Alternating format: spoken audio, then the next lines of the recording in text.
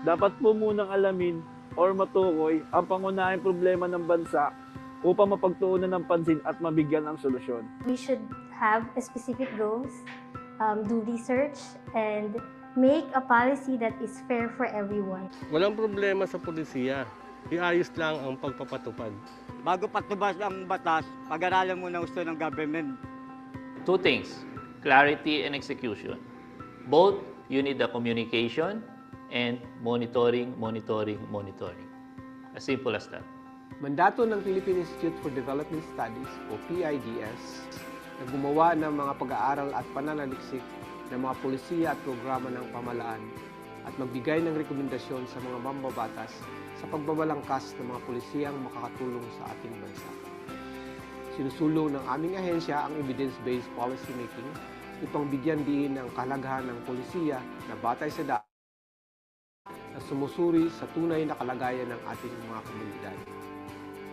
Napakahalaga ng policy research, lalo na sa mga panahong dumadaan sa krisis ang ating bansa. Kapag pulisiya ay pinag-aralan, susulong ang bayan.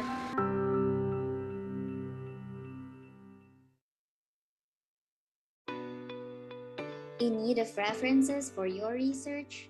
Do you want a digital library that you can access for free anytime and anywhere? You don't have to look far. SERPI is here for you. SERPI is an online database of socioeconomic materials produced by the Philippine Institute for Development Studies, government agencies, research and academic institutions, and international organizations based in the Philippines. It is the country's first online repository of socioeconomic information, created for policymakers and development practitioners, researchers, educators, and students.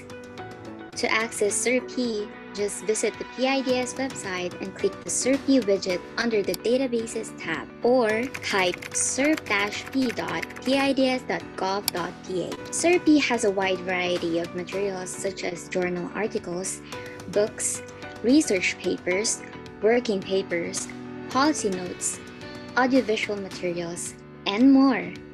As of 2022, SERPI has more than 60 partner institutions contributing knowledge resources to the database. SERPI provides a comprehensive coverage of references encompassing 22 research themes: labor and education, gender and development, poverty, technology and innovation, trade and industry, and many more. On the enhanced website of SERPI, you can filter your research by keyword or author, publication type, research theme, or year published, all at the same time. SERPI has more than 7,000 publications and audiovisual materials that you can access and download for free. What are you waiting for? Visit SERPI now.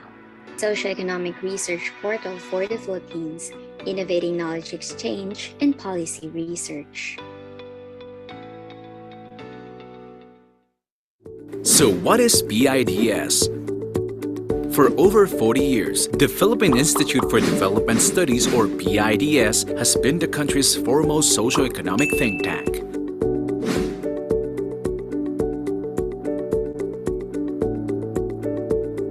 It conducts rigorous and objective policy research and analyses that help the government in crafting relevant policies, plans, and programs in support of the country's long-term vision and development goals. PIDS pursues its mandate through three basic programs: research, dissemination, and outreach. Through its research program, PIDS identifies and prioritizes studies, develops proposals, and conducts research on priority areas. The results of these studies are then disseminated through different platforms, publications, online resources,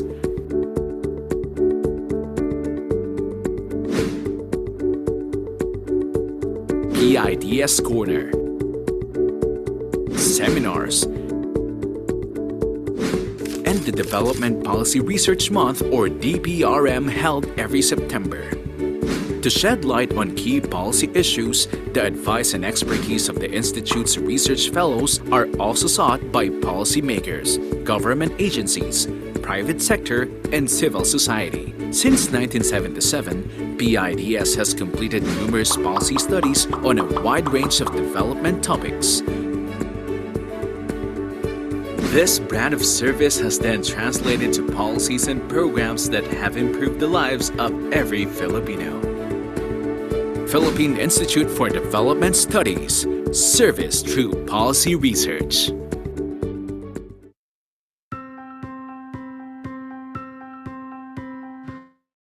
Dapat po munang alamin or matukoy ang pangunahing problema ng bansa upang mapagtuunan ng pansin at mabigyan ng solusyon. We should have specific goals, do research, and make a policy that is fair for everyone. Walang problema sa pulisiya. Iayos lang ang pagpapatupad. Bago patubas ang batas, pag-aralan muna gusto ng government. Two things, clarity and execution. Both, you need the communication and monitoring. As simple as that. Mandato ng Philippine Institute for Development Studies o PIDS na gumawa ng mga pag-aaral at pananaliksik ng mga polisiya at programa ng pamalaan at magbigay ng rekomendasyon sa mga mambabatas sa pagbabalangkas ng mga polisiyang makakatulong sa ating bansa.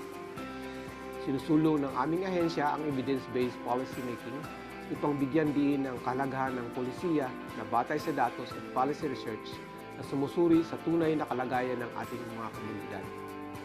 Napakahalaga ng policy research, lalo na sa mga panahong dumadaan sa krisis ang ating bansa. Kapag pulisiya ay pinag-aralan, susulong ang bayan.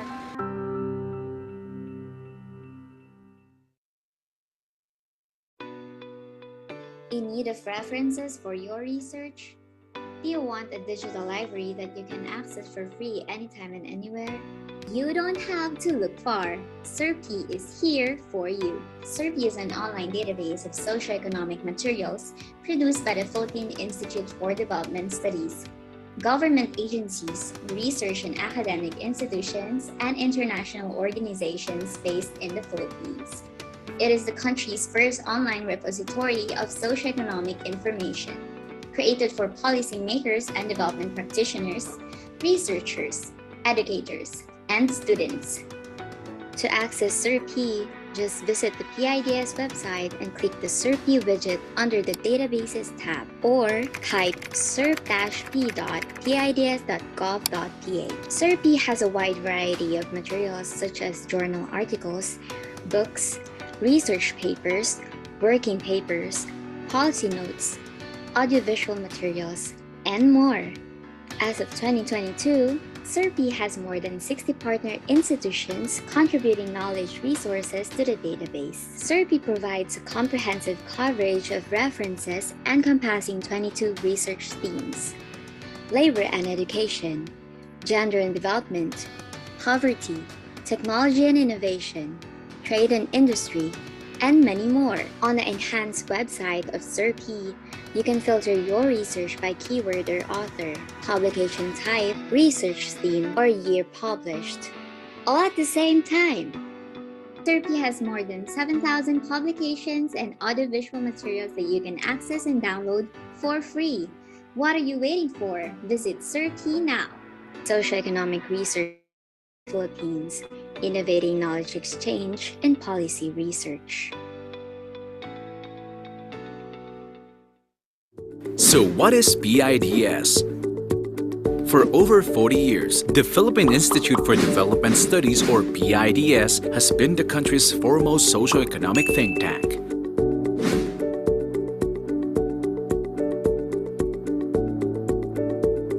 It conducts rigorous and objective policy research and analyses that help the government in crafting relevant policies, plans, and programs in support of the country's long-term vision and development goals. PIDS pursues its mandate through three basic programs: research, dissemination, and outreach. Through its research program, PIDS identifies and prioritizes studies, develops proposals, and conducts research on priority areas. The results of these studies are then disseminated through different platforms, publications,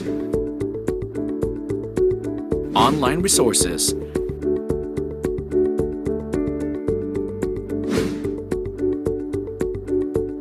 PIDS Corner, seminars, and the Development Policy Research Month, or DPRM, held every September. To shed light on key policy issues, the advice and expertise of the Institute's research fellows are also sought by policymakers, government agencies, private sector, and civil society. Since 1977, PIDS has completed numerous policy studies on a wide range of development topics. This brand of service has then translated to policies and programs that have improved the lives of every Filipino. Philippine Institute for Development Studies, service through policy research.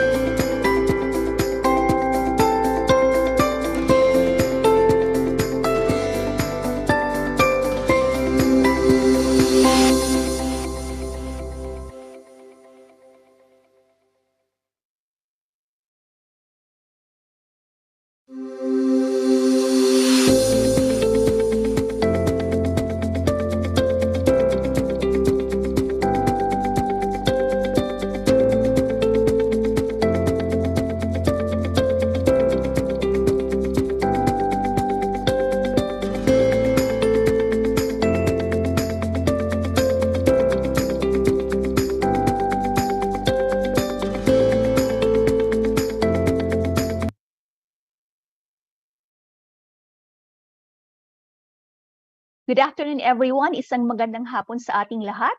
Welcome to the PIDS webinar series where we feature our policy studies and the insights of policymakers and program implementers, private sector and civil society representatives, experts, and scholars. Through this platform, we hope to provide an accessible venue for evidence-based discussion of current and emerging development issues. I'm Sheila Siar, and I will be your moderator. Our topic this afternoon is something everyone can relate to. You may have heard or have been affected by the power outages plaguing the country, which makes us wonder how we can resolve these power interruptions and make our electricity supply more reliable. How can we make the country energy secure? Well, those are the questions that we will answer this afternoon through our featured PIDS studies and our invited experts. We will discuss a study that analyzed the nature and causes of electricity supply interruptions, especially in areas outside of Metro Manila. Then another study also published by PIDS will discuss nuclear energy as a promising option for the Philippines to achieve energy security and transition into clean energy, and the arduous path the country must take to begin harnessing it. To start our conversation, let us listen to the opening message of Dr. Aniceto Orbeta Jr., the president of PIDS.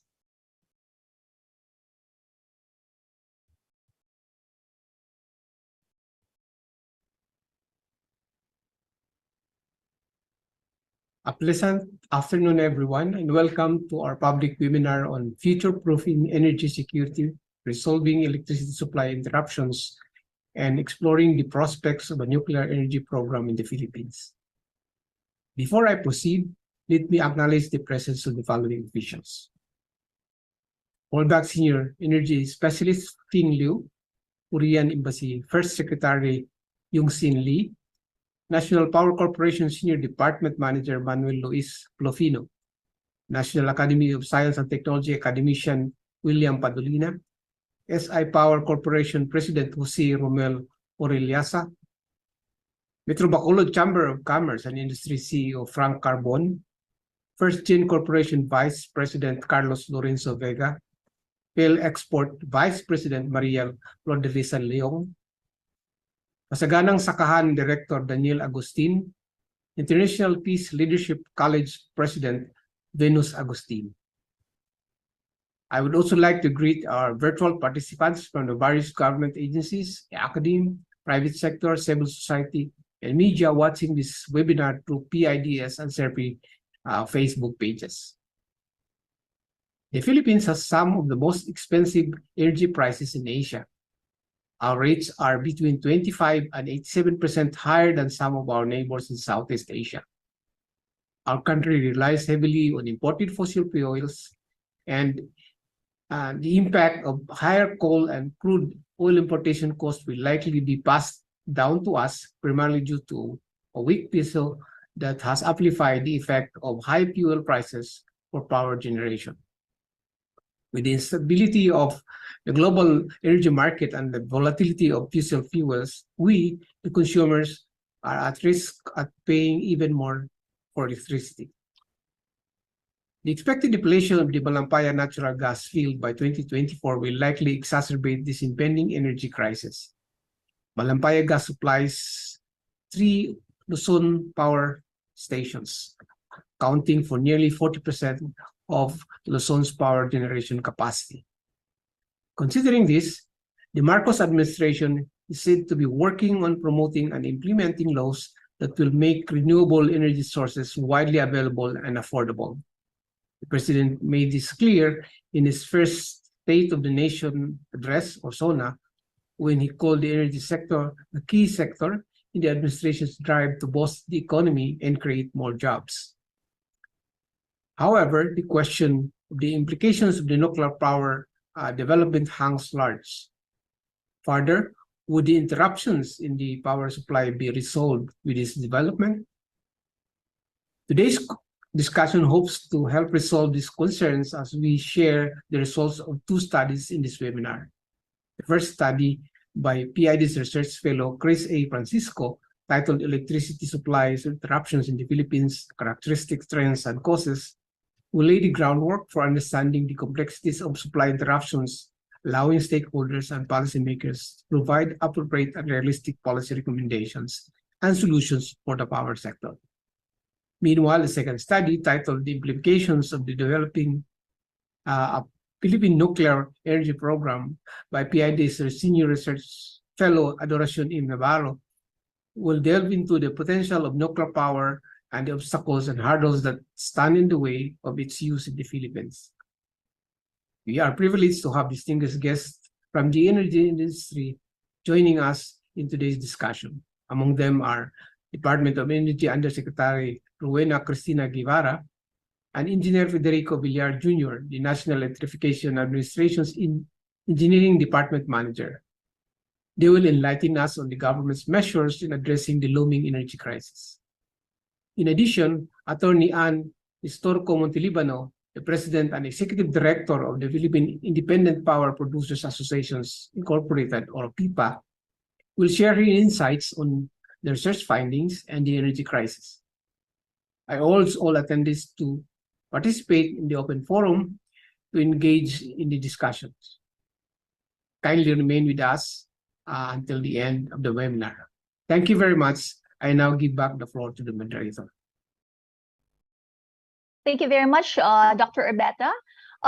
If you wish to join the discussion, you may post your questions and comments using the Q&A button. I repeat, please use the Q&A button and not the comment section. Please indicate your name and organization if you wish to be identified when I read the questions. And to all the speakers, you may respond by typing your answers, which will be visible to all attendees. Alternatively, you can choose to answer the question live during the open forum. And for our live stream viewers on Facebook, we highly encourage you to participate as well. Please use the comment section on Facebook for your questions, and we will accommodate as many questions as possible that are relevant to the discussion during the open forum.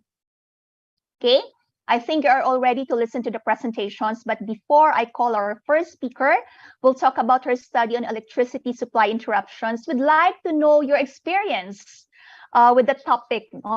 So let's have a poll.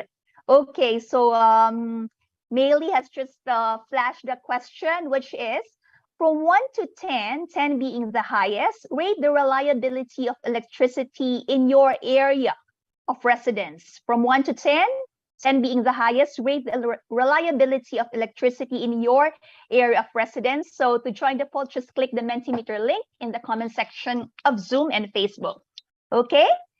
So naka-answer na ba kayo? So may I ask our webinar team to flash the results? Please. Okay, so what you're seeing on the screen is the average rating, which is 7.6. Okay, so medyo mataas-taas pa rin. And I wonder saan ba nanggaling yung ating mga respondents, no? Baka karamihan sa kanila ay taga Metro Manila, since the recent power outages were in, I think, in the Visayas, and meron din yata sa Mindoro, no? So let's see. Okay, so yes, 7.7. So naka-hover talaga siya sa sa 7.5. Okay? So maraming salamat for joining our poll. And at this juncture, let me introduce our first speaker, who wrote the study Electricity Supply Interruptions in the Philippines, Characteristics, Trends, and Causes, which you can download from the PIDS website. Dr. Kris Francisco is a research fellow at PIDS. Before joining the institute, she was an associate professor at De La Salle University School of Economics. She was also a consultant at the Department of Trade and Industry, and an associate at the Asian Development Bank Institute in Tokyo, Japan. Her areas of specialization include development economics, applied econometric analysis, and transportation economics. She obtained her PhD in public economics from the National Graduate Research Institute for Policy Studies in Tokyo, Japan. Dr. Francisco, Kris, the floor is now yours. Thank you, Dr. Sheila. Let me share my screen.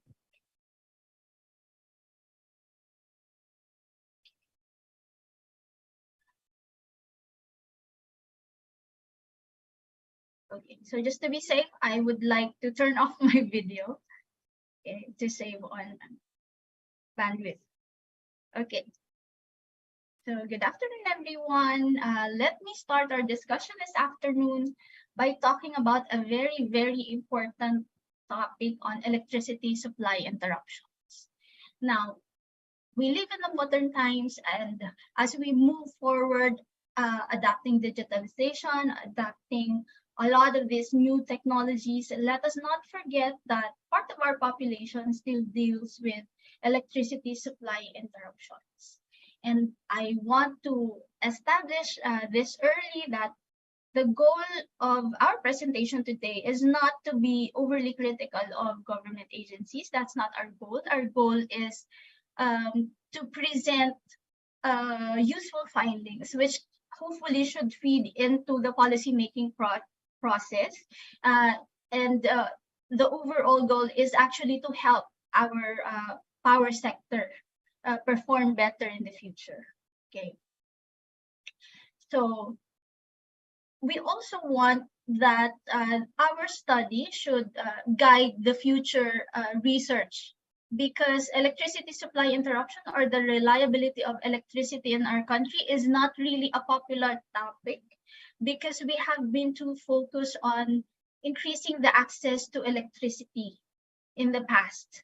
So all our policies were really concentrated in that area. So I'm hoping that after my presentation today, somehow we can talk more about electricity reliability.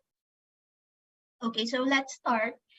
Let's first appreciate the idea or the fact that electricity is indispensable in our lives today.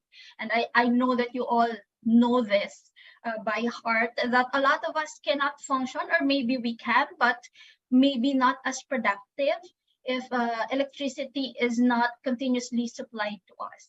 So a lot of the businesses, a lot of households really rely on the continuous supply of electricity. So it's not just access to electricity that's important. It's also important to have electricity 24 hours a day. Now, the value of electricity lies in the fact that there are interdependencies among critical infrastructure. So electricity is used as an input in many of the production processes of a lot of businesses. The banking sector, for instance, is heavily reliant on electricity, and I think it's difficult for them to function without electricity. Same with the air transportation sector.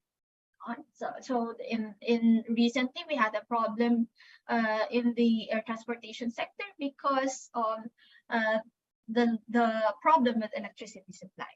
So having said that, we know that when electricity supply is not continuously given to businesses, this affects their income. And when the business incomes are affected, it also cascades down to their employees, diba? Lower working hours for employees would translate to lower wages.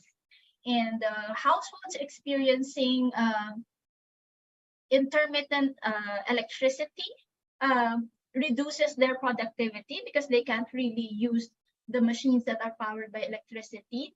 So, and they also incur more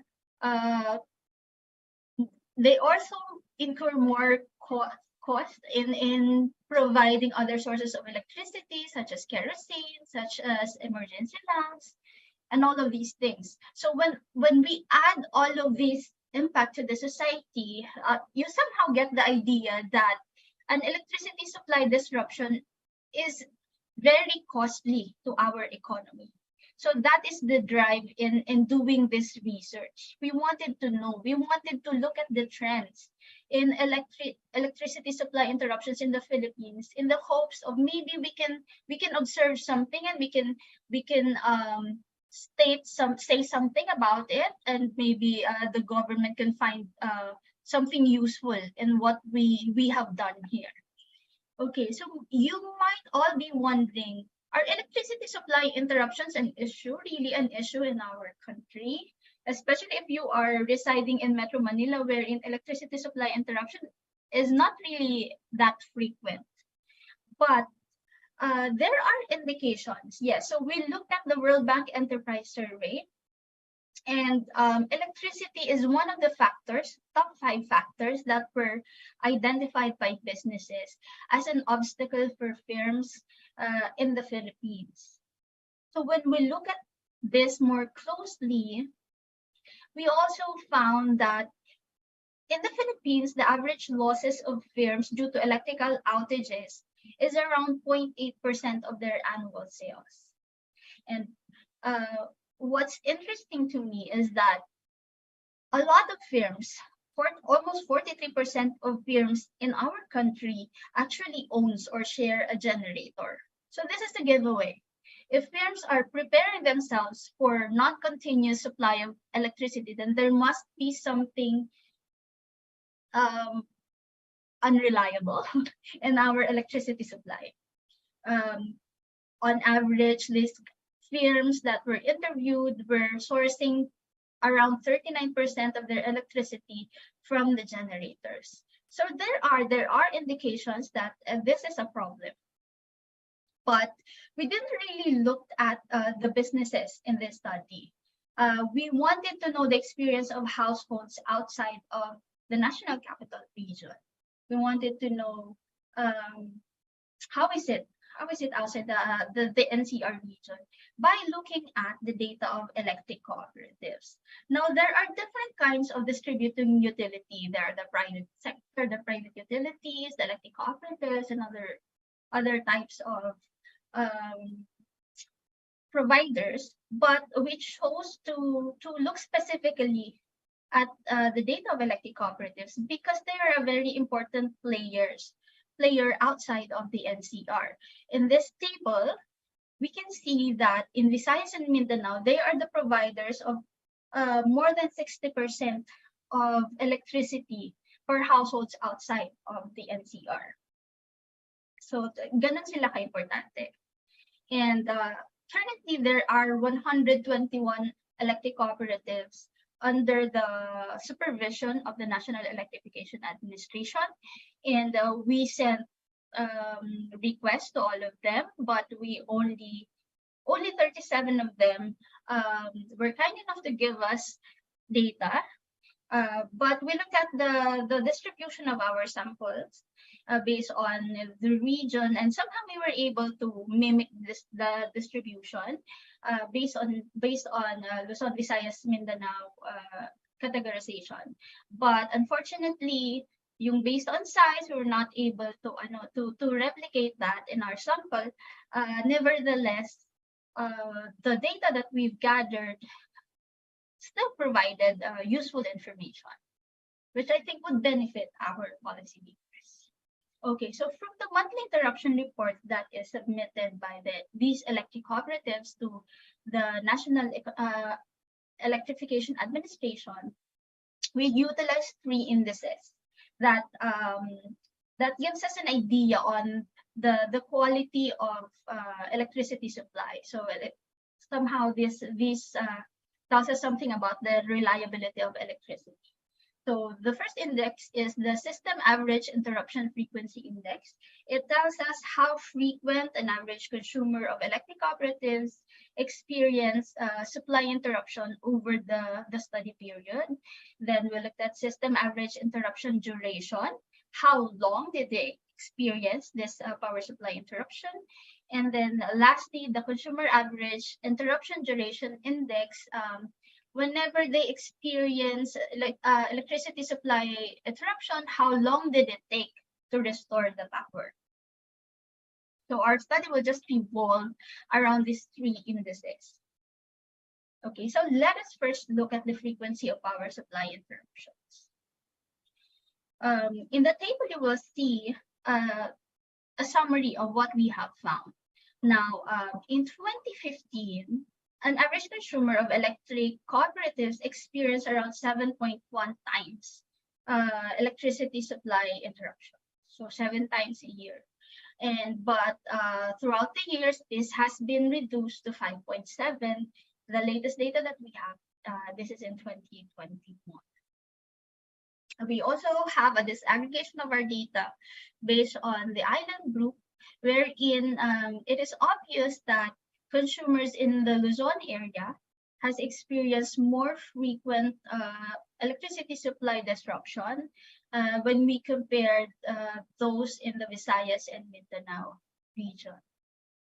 Okay, the good news is that electricity ECs or electric cooperatives in a small, medium, and large category and mega large category has been able to reduce the frequency of electricity supply interruptions over the years, according to the data that we have. Then the MIRs, the monthly interruption report, also specifies what are the common causes of this electricity supply interruption. So there are many categories which I will read. Yung una, there's human, because of human error. It may be because of lightning. It may be because of major storm disaster. It's possibly because of a scheduled interruption, which electric cooperatives do for maintenance purposes. It could be because of trees, because of overloading, error in the system, or just a supply issue, equipment, problem with the equipment, and earthquake. And then there are these categories which are others not as classified, unknown, or not stated, meaning the cause of the power supply interruption cannot be identified or cannot be categorized based on the first few ones that I've read.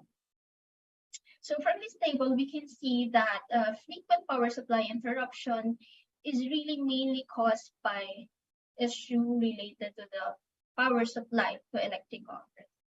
So we really do have an issue of supply here.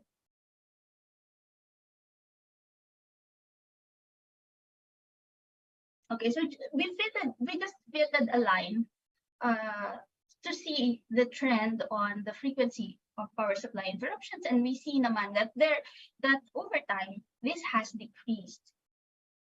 And then the causes, we tried to aggregate them again into broad categories, just so we can simplify things and we can understand it more from a layman's perspective.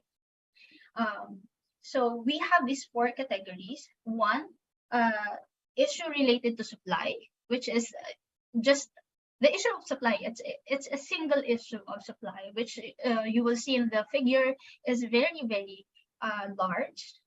And then we also aggregated the issues that are related to technical operation of the electric cooperative. That one is in green. And then environment-related issue that involves lightning, earthquake, or storm disaster. And then the others issue, which you can see in gray, which is in gray. This suggests that there is still a need to improve the data reporting and to streamline the categorization so that we can identify this further. But for now, let us just first let's not consider the gray and just focus on the 3 causes of electricity supply interruptions. From here, we can see that interruptions caused by environment-related factors really sum up to be a big factor causing the frequency of electricity supply interruptions in the Philippines. Second to that is technical issues, and supply issue is a big issue on its own.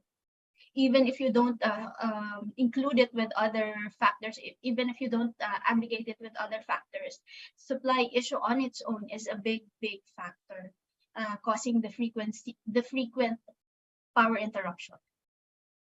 We also disaggregated our data based on the main island group, so Luzon, Visayas, Mindanao. And we can see that consumers in the Mindanao area have a relatively better experience than those consumers in the Luzon and Visayas. So we can see that in the Visayas, electricity supply is really a very big factor that could explain why there are frequent power interruptions in the Visayas area.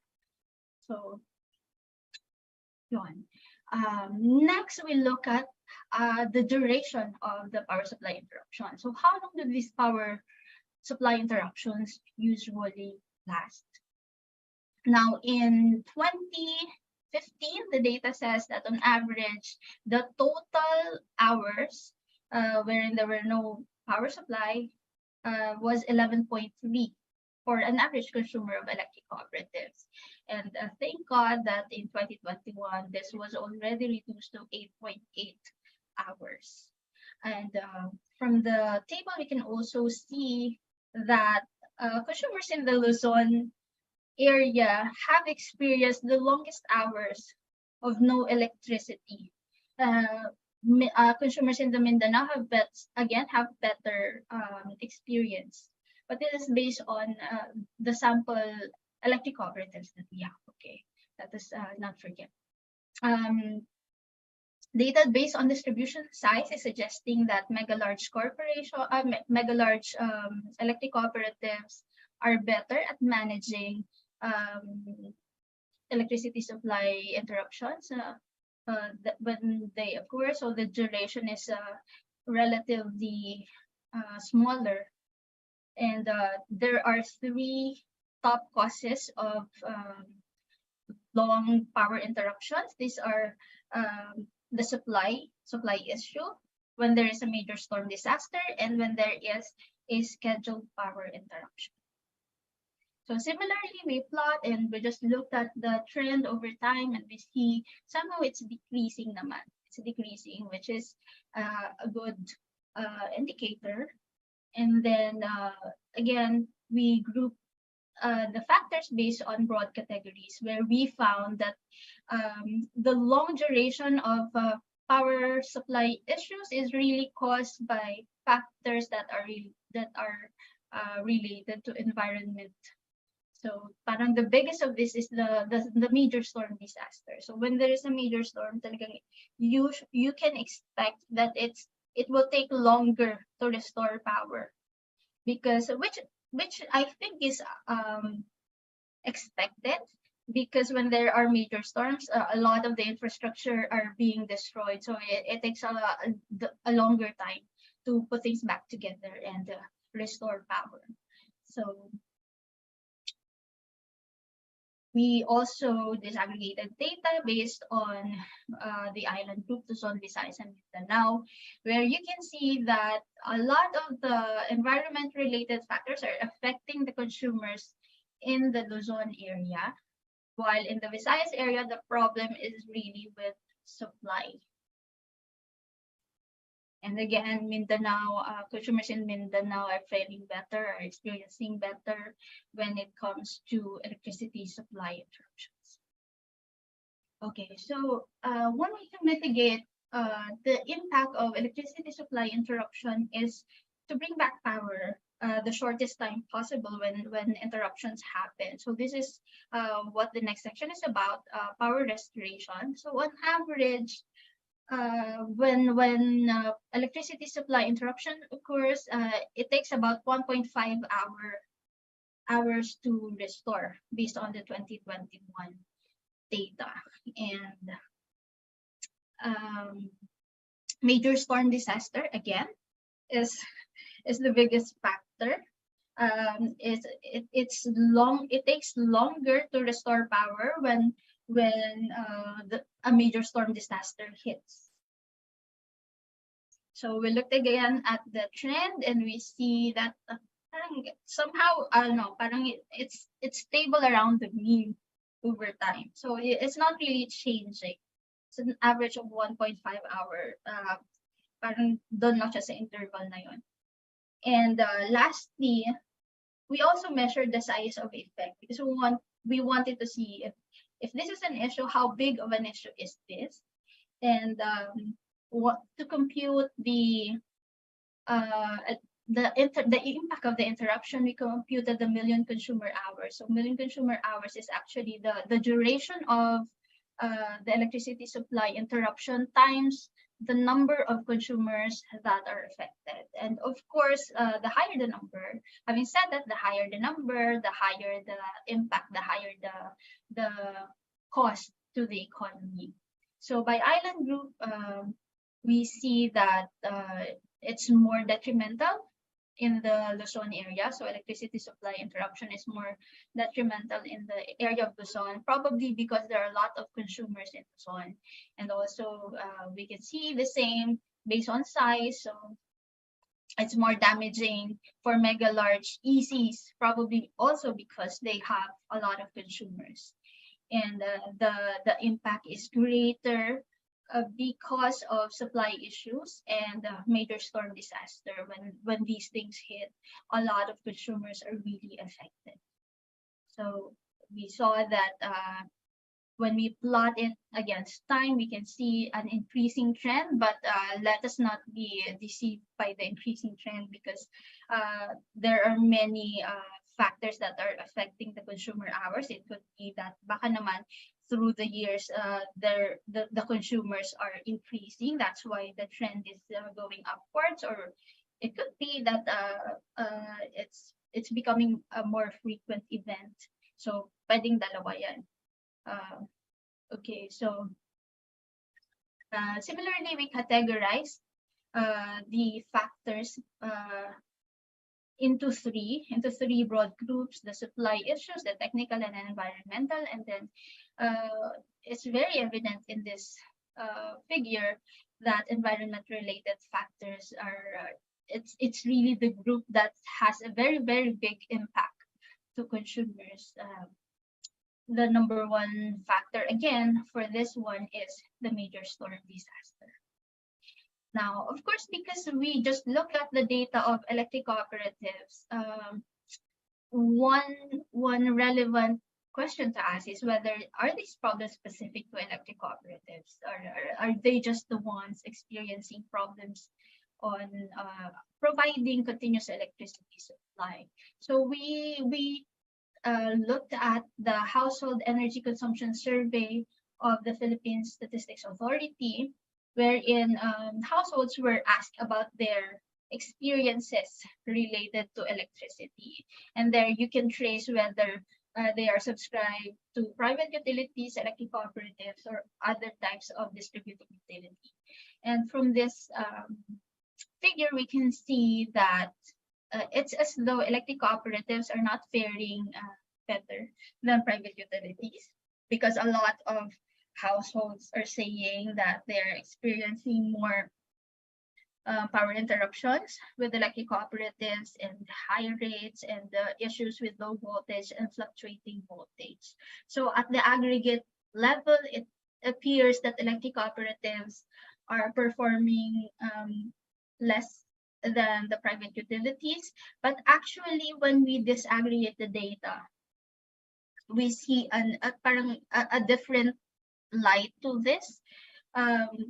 In Mindanao area, for instance, parang there seems to be a very similar experience from the consumers of private utilities and electric cooperatives. The percentage of households saying that they're experiencing brownouts and they're experiencing high rates, the figures are actually more comparable in the Mindanao area, which leads us to the idea that probably the issues that are faced by electric cooperatives are also faced by private sector, and this issues might be locational, but we still need to look into this further. No, these are just indications. We can't really say something that's definite at this point. These are just some indications. Okay, so to summarize this very simple analysis that we've done, we confirm that power outages, yes, are still a problem in our country. And the way forward, the way we see it, the power, there are three areas of intervention, which all of these require time and really heavy investment. But unfortunately, there's no other way. We really need to invest in our power sector. So number one area of intervention is the power supply, as we have seen in the data. We really need to improve the access of electric cooperatives to sufficient power supply to improve their services. Because as we have seen, these electric cooperatives are very important providers of electricity to households outside of Metro Manila. So the welfare impact of helping the electric cooperatives may be big, may be really big.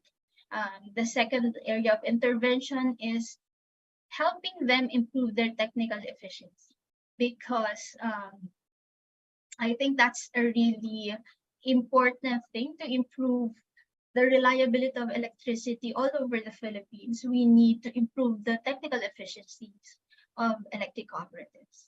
And lastly, the result about environment-related factors affecting the supply of our electricity is quite concerning, because the Philippines is in the typhoon belt. So we experience typhoons several times a year. And so we really need to climate-proof our infrastructure so that when the typhoon strikes, it will take us shorter time to restore the power.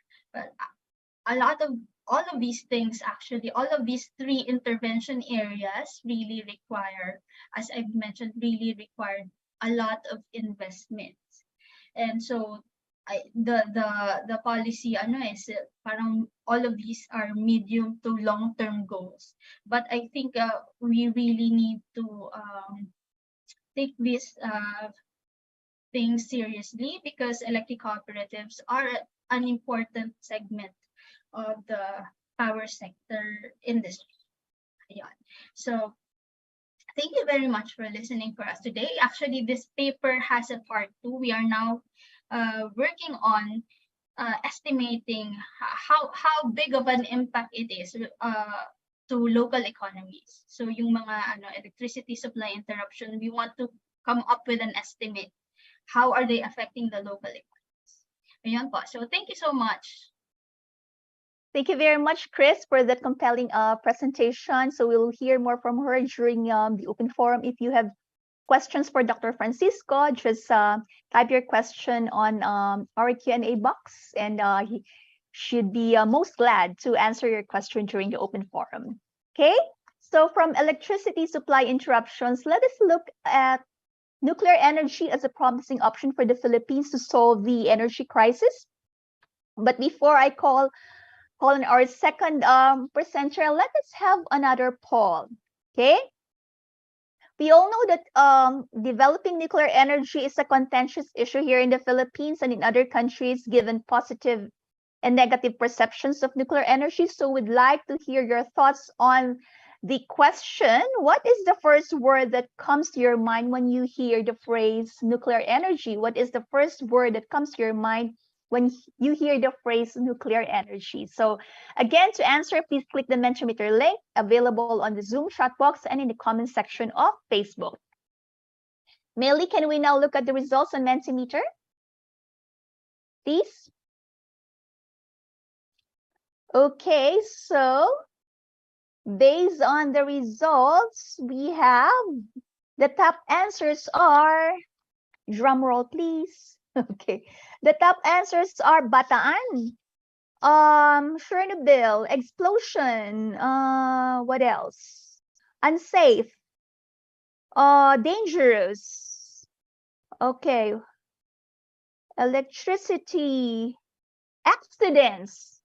So mukhang mas yung parang negative negative perception, but still we have positive answers like clean.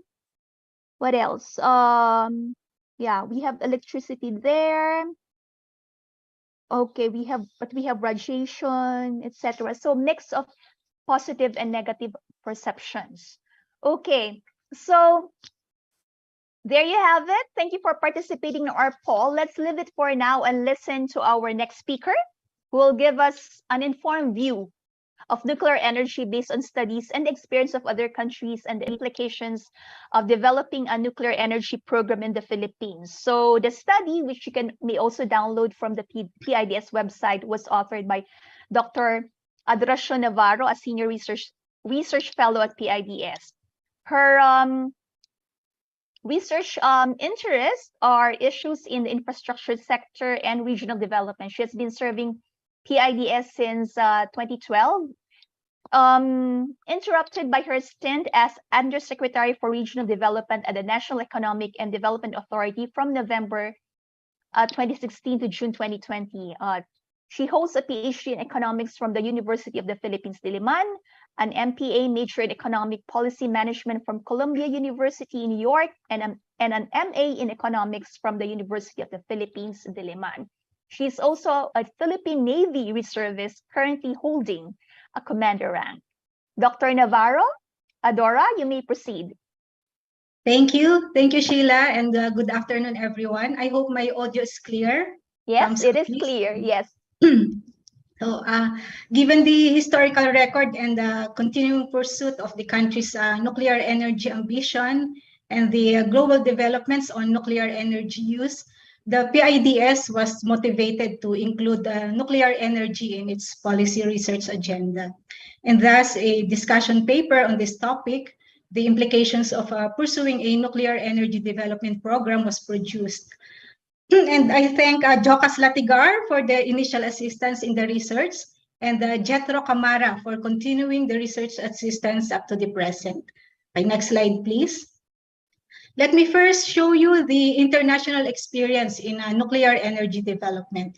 As you can see from the left-hand panel, figure 1, nuclear power generation grew massively in the 1970s to 1980s.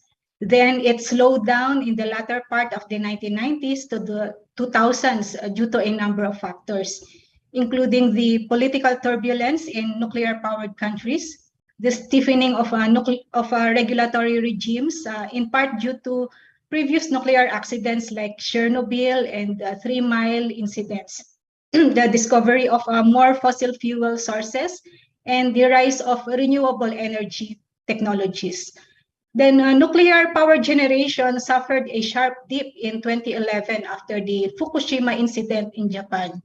But recently, as safety-related technologies improve and as the recognition of the important role of nuclear energy in accelerating carbon emissions reduction grows, nuclear energy is seeing a resurgence. So on the right panel, figure 2, you can see that at present, 32 countries operate nuclear power plants, with the US, China, and France having the largest nuclear energy production. As of 2021, there are 431 operational nuclear power reactors in the world. Next slide, please. At the same time, we are seeing reactors being shut down. See the left-hand panel, figure 3. Because some are already aging, given that most nuclear power plants have lifespans of between 20 to 40 years. The US is leading in the decommissioning activities in terms of number of reactors, and Germany is leading in terms of net electrical capacity withdrawn, given the permanent shutdown of its nuclear power plants. But then nuclear reactor construction continues. See the right-hand panel, figure 4. And as of 2022, there are 57 under construction reactors with a total net electrical capacity of 58,858 megawatts. China's build-up is accelerating, and its pace in nuclear power development is leading globally. Its nuclear power development is associated with a long-term plan for nuclear energy. Long-term, and backed by 5-year development plans, from socioeconomic development plan to sector-specific plans, general energy sector up to specific nuclear energy sector. Next slide, please. Let us look at interesting country-specific cases. There were phase-outs, then turnaround in Germany, France, and Japan. In Germany, the phase-out has a long history because they have a long history of anti-nuclear movements there. And then the phase-out was put as a policy, but it was delayed by the unprecedented energy crisis caused by Russia's invasion of Ukraine. And then it's resuming now. France legislated in 2015 a nuclear energy share reduction, then backtracked in 2017 because it would endanger the country's security of supply. So on hold muna. Japan, after the Fukushima incident in 2011, switched off 50 reactors. But in 2014, it started operating the reactors again. And now it's building 2 additional reactors. Indonesia and Vietnam also have nuclear energy ambitions. But Indonesia, there were policy reversals. In 1997, they passed a nuclear energy law.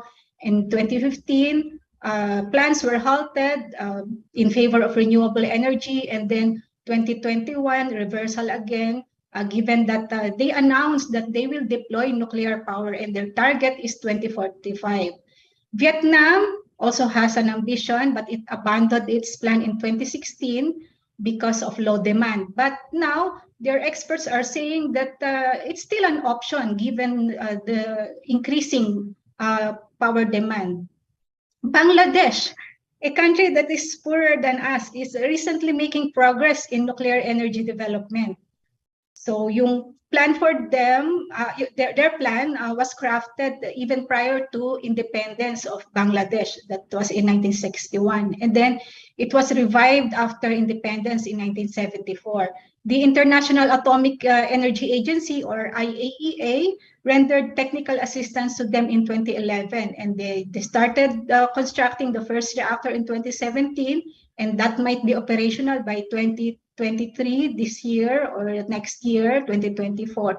And their second reactor started construction in 2018, and it was reported that it might be operational next year or 2025. Next slide, please.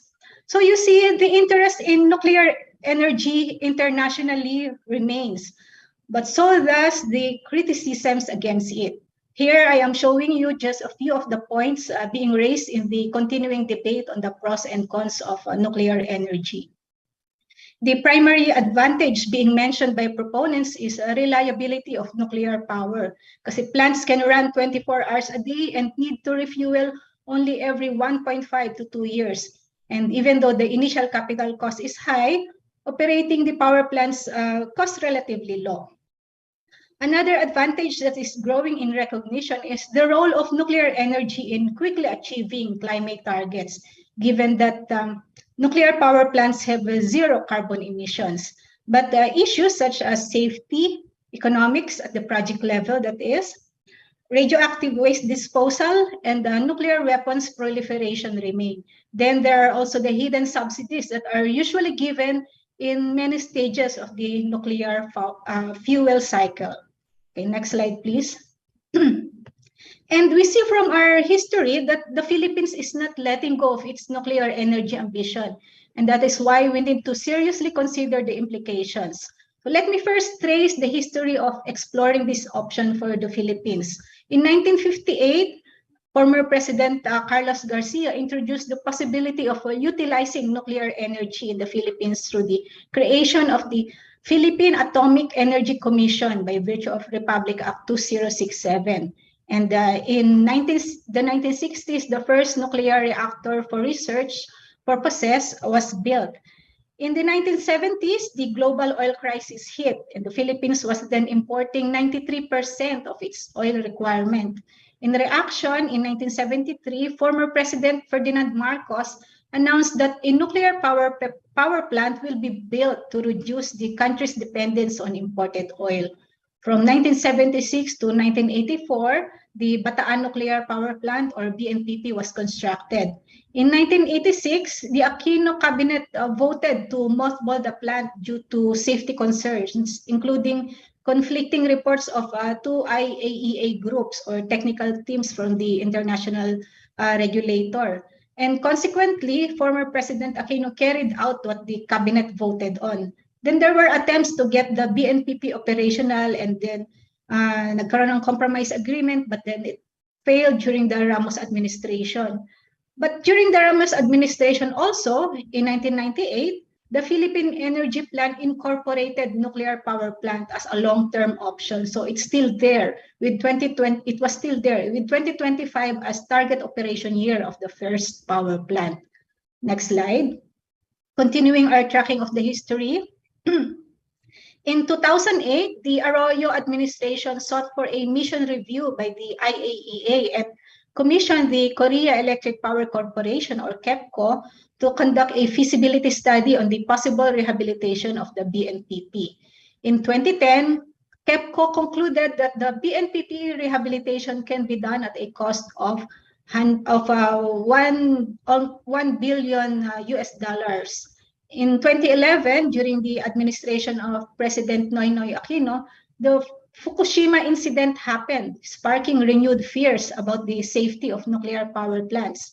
Still, during former President Noynoy Aquino's term in 2015, in the preparation of the long-term vision Ambisyon Natin 2040, the inclusion of nuclear energy in the regeneration mix is among the recommendations.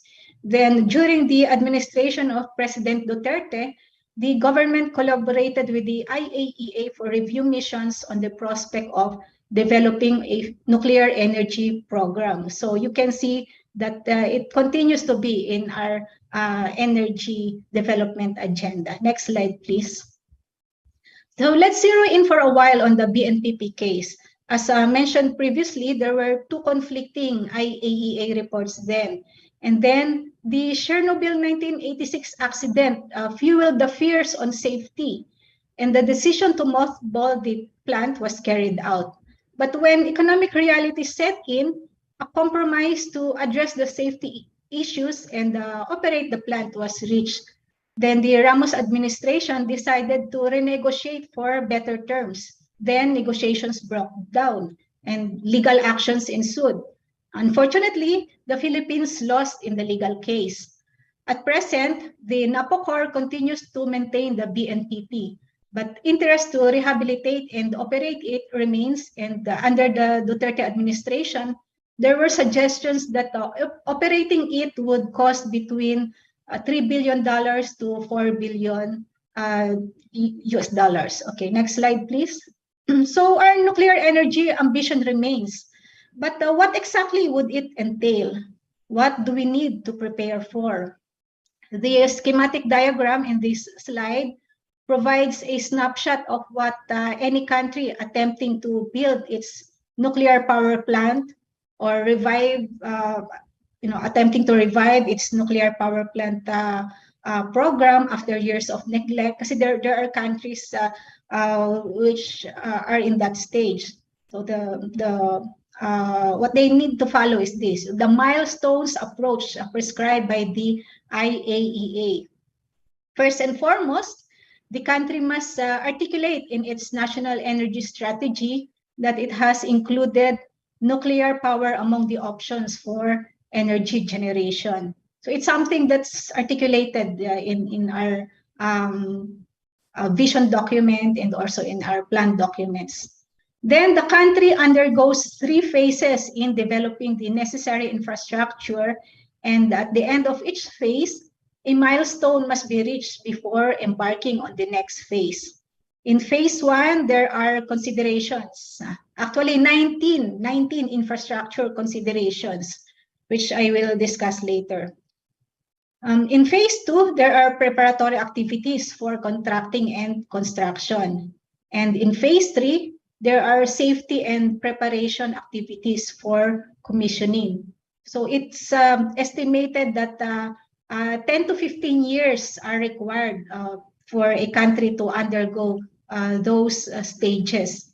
And note that the same milestones approach will have to be followed under the small modular reactor technology option. But there are also experts saying that the process might be cut short if the option that's being followed is deployment of small modular reactors. But this SMR technology is still developing. At present, there is no commercially scalable reactor yet.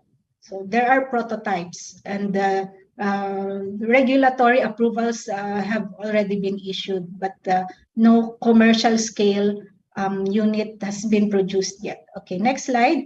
The IAEA highlights that 19 in phase 1 pa lang tayo 19 infrastructure issues must be fully considered during phase 1. So that's where we are now under phase 1, and that the comprehensive report produced at the end of this phase 1 must show how all those issues are addressed. Note that the order of presentation of the 19 infrastructure issues does not imply ranking of importance. Those need to be simultaneously addressed. No? So the 19 infrastructure issues are national position, nuclear safety, management, funding and financing, legal framework, safeguards, radiation protection, regulatory framework, electrical grid, human resource development, stakeholder involvement, site and supporting facilities, environmental protection, emergency planning, nuclear security, nuclear fuel cycle, radioactive waste management, industrial development, and procurement. So note, no, even as early as phase 1, we must already address security, fuel cycle, waste management, those kinds of issues. Okay, next slide. But our progress in addressing the 19 infrastructure issues had been slow. In 2018, a mission by the IAA called Phase 1 Integrated Nuclear Infrastructure Review, or INIR mission, was conducted, and it yielded recommendations. On national position, the recommendation was to expand the country's implementing or coordinating organization for the nuclear energy program called the NEPIO. So far, this is what has been achieved, plus the issuance of a national position that the Philippines would pursue a nuclear energy program issued before former President Duterte stepped down. On nuclear safety, the NEPIO is encouraged to develop a program for this. On management, the NEPIO is also encouraged to implement a leadership program. On funding and financing, the NEPIO is urged to review the various financing options and identify needed changes in the current legal framework. Next slide, please. On legal framework, the Philippines should complete an analysis of laws affecting the nuclear program and plan for enactment or amendment of needed laws. It should also complete the ratification of certain international agreements. I'll enumerate those later. On a regulatory framework, the NEPIO is supposed to propose a structure and staffing requirements of the future regulatory body. On radiation protection, there should also be a program for this. The same for electrical grid. A program is needed, beginning with a grid system study on reliability and compatibility. On human resource development, a program is also needed. Okay, next slide. On stakeholder involvement, further outreach to the public is needed. No? And that is really necessary if we are to base on the public's perception on the question of Sheila earlier, no, yung result sa word cloud. On emergency planning, there should also be a program for this, and there is a need to ensure consistency with preparedness and response plans. On nuclear security, there should be national coordination mechanisms. On fuel cycle, options should be assessed for the supply of fuel and management of spent fuel. On waste management, there should be preliminary evaluation of options. On industrial involvement, local industries and technology providers must be involved, and a national policy for this must be developed. Okay, next slide, please. So you've seen from previous discussions that our progress is slow. It is only the setting up of a national coordination and implementation agency and the issuance of a national position that were accomplished. No? So yung 2 items na yun lang. And we still need a lot to hurdle if the Philippines is to seriously pursue its nuclear energy ambition. The study then concludes with the following recommendations. Nuclear energy remains a promising option for the Philippines. Should the Philippines commit to a nuclear energy program, it must be prepared for a commitment of almost 100 years, from preparation to decommissioning and ensuring long-term safety after decommissioning. And the Philippines must consistently follow the IEA's milestone approach, and for every government administration to be consistent in seeking progress through this approach. The positive national position adopted by the Duterte administration may have to be confirmed and reinforced by the Marcos Jr. administration by issuing a fresh mandate to the Nuclear Energy Program Interagency Committee, or NEPIAC, and setting new targets and timetable for the Phase 1 requirements. The Philippines also needs to ratify specific international legal instruments that it's signed in the past. So what are these? The 1994 Convention on Nuclear Safety, 1998 Joint Convention on the Safety of Spent Fuel Management and Safety of Radioactive Waste Management, 1998 Protocol to amend the Vienna Convention on Civil Liability, 1998 Convention on Supplementary Compensation, and 1998 Joint Protocol relating to the application of the Vienna Convention and Paris Convention. The existing legal framework in the Philippines for nuclear energy development and regulation also needs to be updated. Kasi the two main laws on nuclear energy, RA 2067 enacted in 1958 and RA 5207 enacted in 1968 are outdated. On the BNPP, the decision whether to rehabilitate it must be guided by project economics. Aside from the huge cost, the biggest hurdle is the fact that the government is no longer allowed under the EPIRA to engage in power generation except for missionary electrification. And finally, the prospects for nuclear energy development in the Philippines must not only be well argued before policymakers, but be convincingly communicated as well to the general public. So thank you for your attention and good afternoon once again.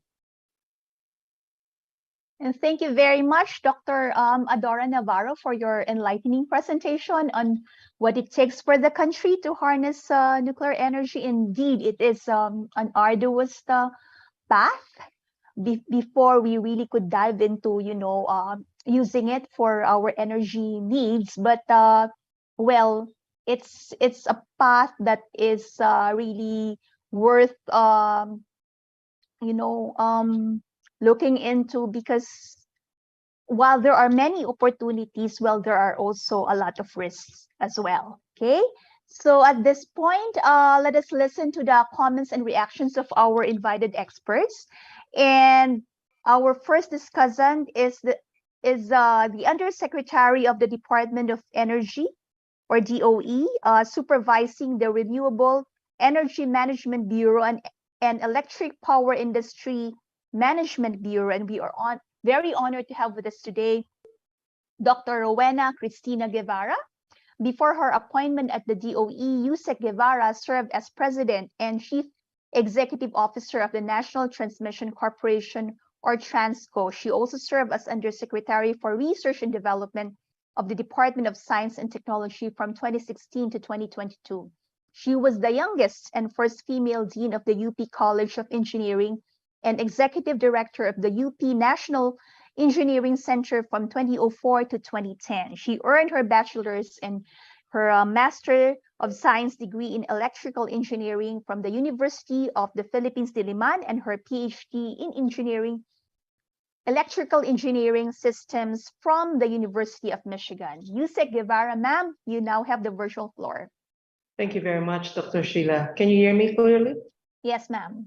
First of all, I would like to thank the PIDS for undertaking these very important studies.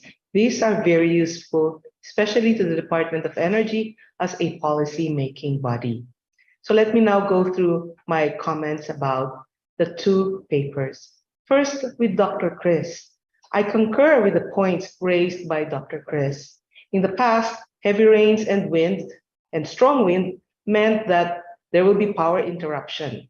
With technology, the effect of heavy rains has been lessened by distribution utilities. However, they still grapple with strong winds. One of the things that engineers usually do is trade off. If we overprotect the distribution and transmission systems, this will come at a cost that will be passed on to the consumers. That is why you only see underground electric cabling in affluent areas in the country.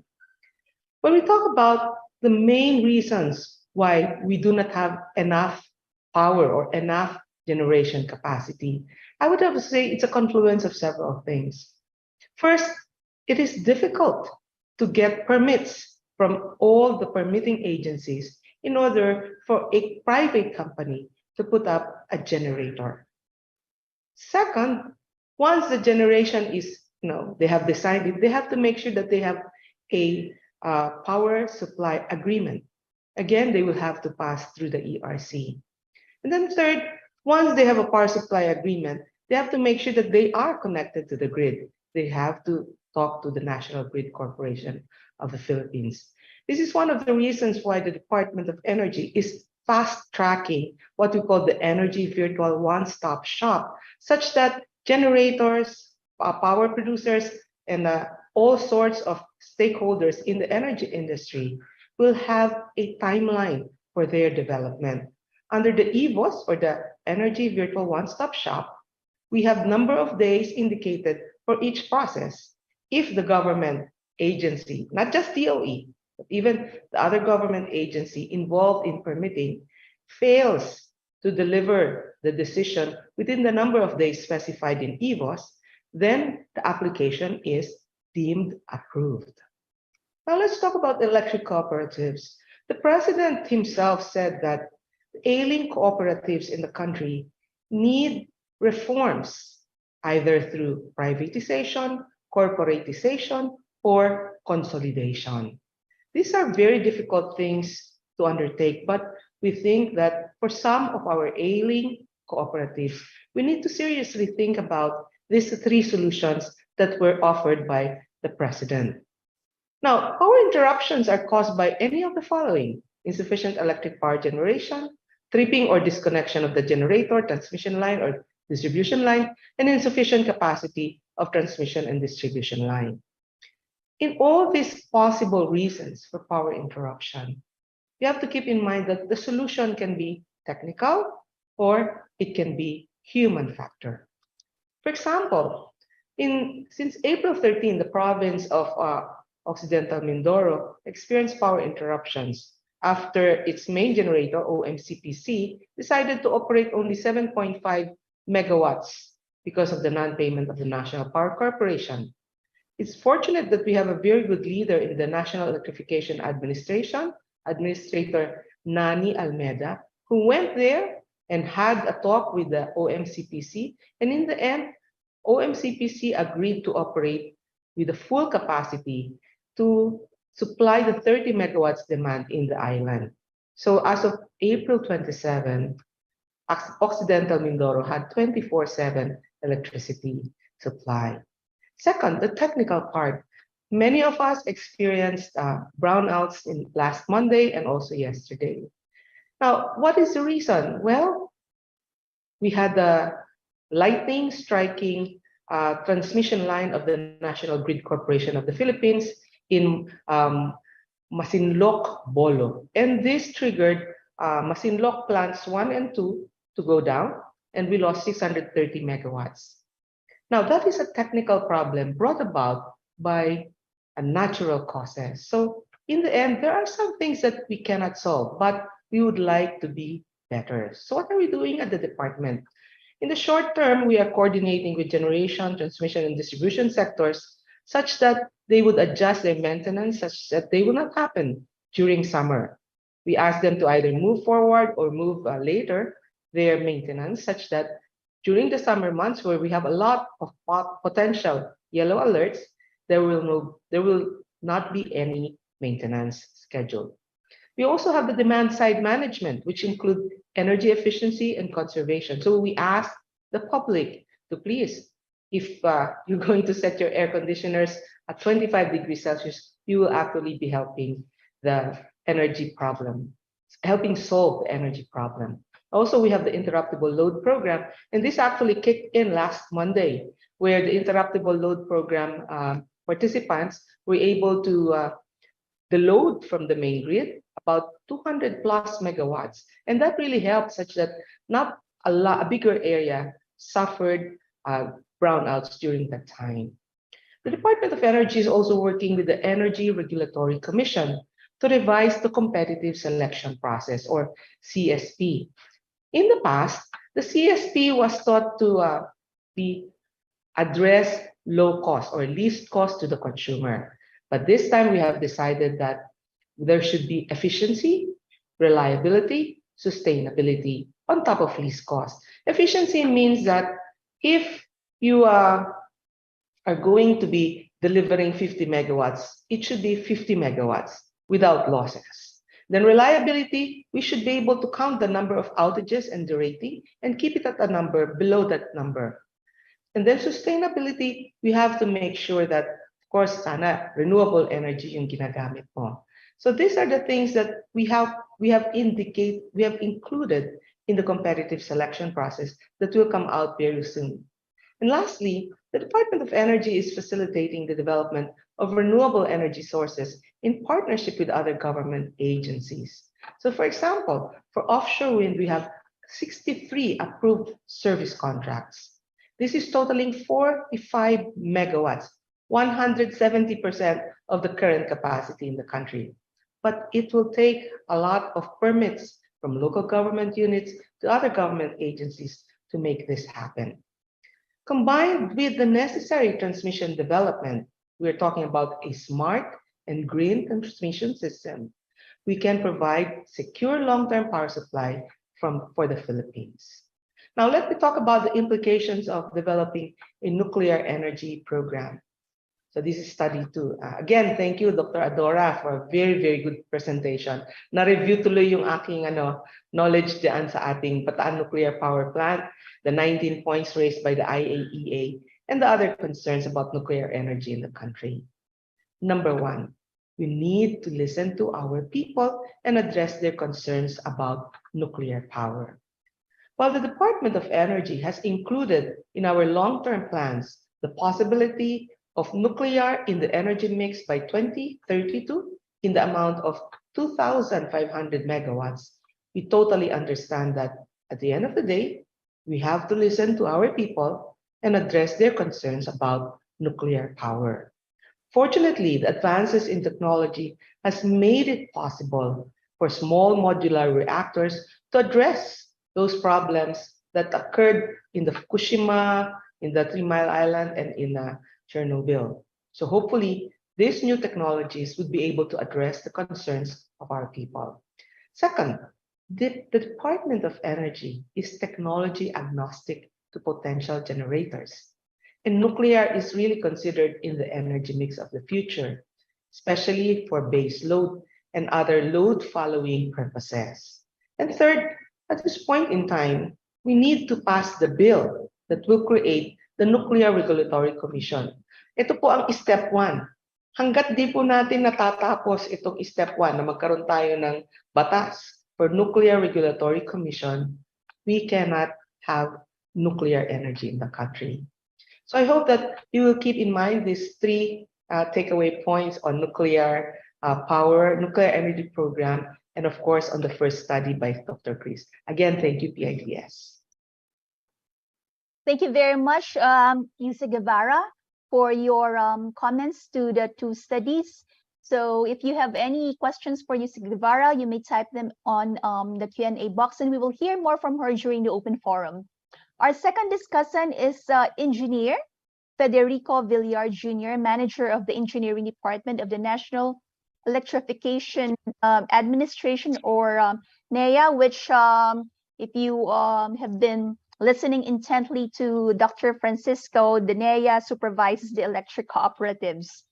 An electrical engineer with over 30 years of experience in electric power distribution, he rose from the ranks at NEA, and at one point he was officer in charge of the Disaster Risk Reduction and Management Department before becoming the manager of the engineering department. He has supervised several electric cooperatives, including the Lanao Sur Electric Cooperative, or Lasureco, and the Palawan Electric Cooperative, or Paleco, where he served as project supervisor and acting general manager, respectively. Engineer Villar holds a Master in Business Administration degree and is a senior member of the Institute of Integrated Electrical Engineers of the Philippines. Engineer Villar, sir, the floor is now yours.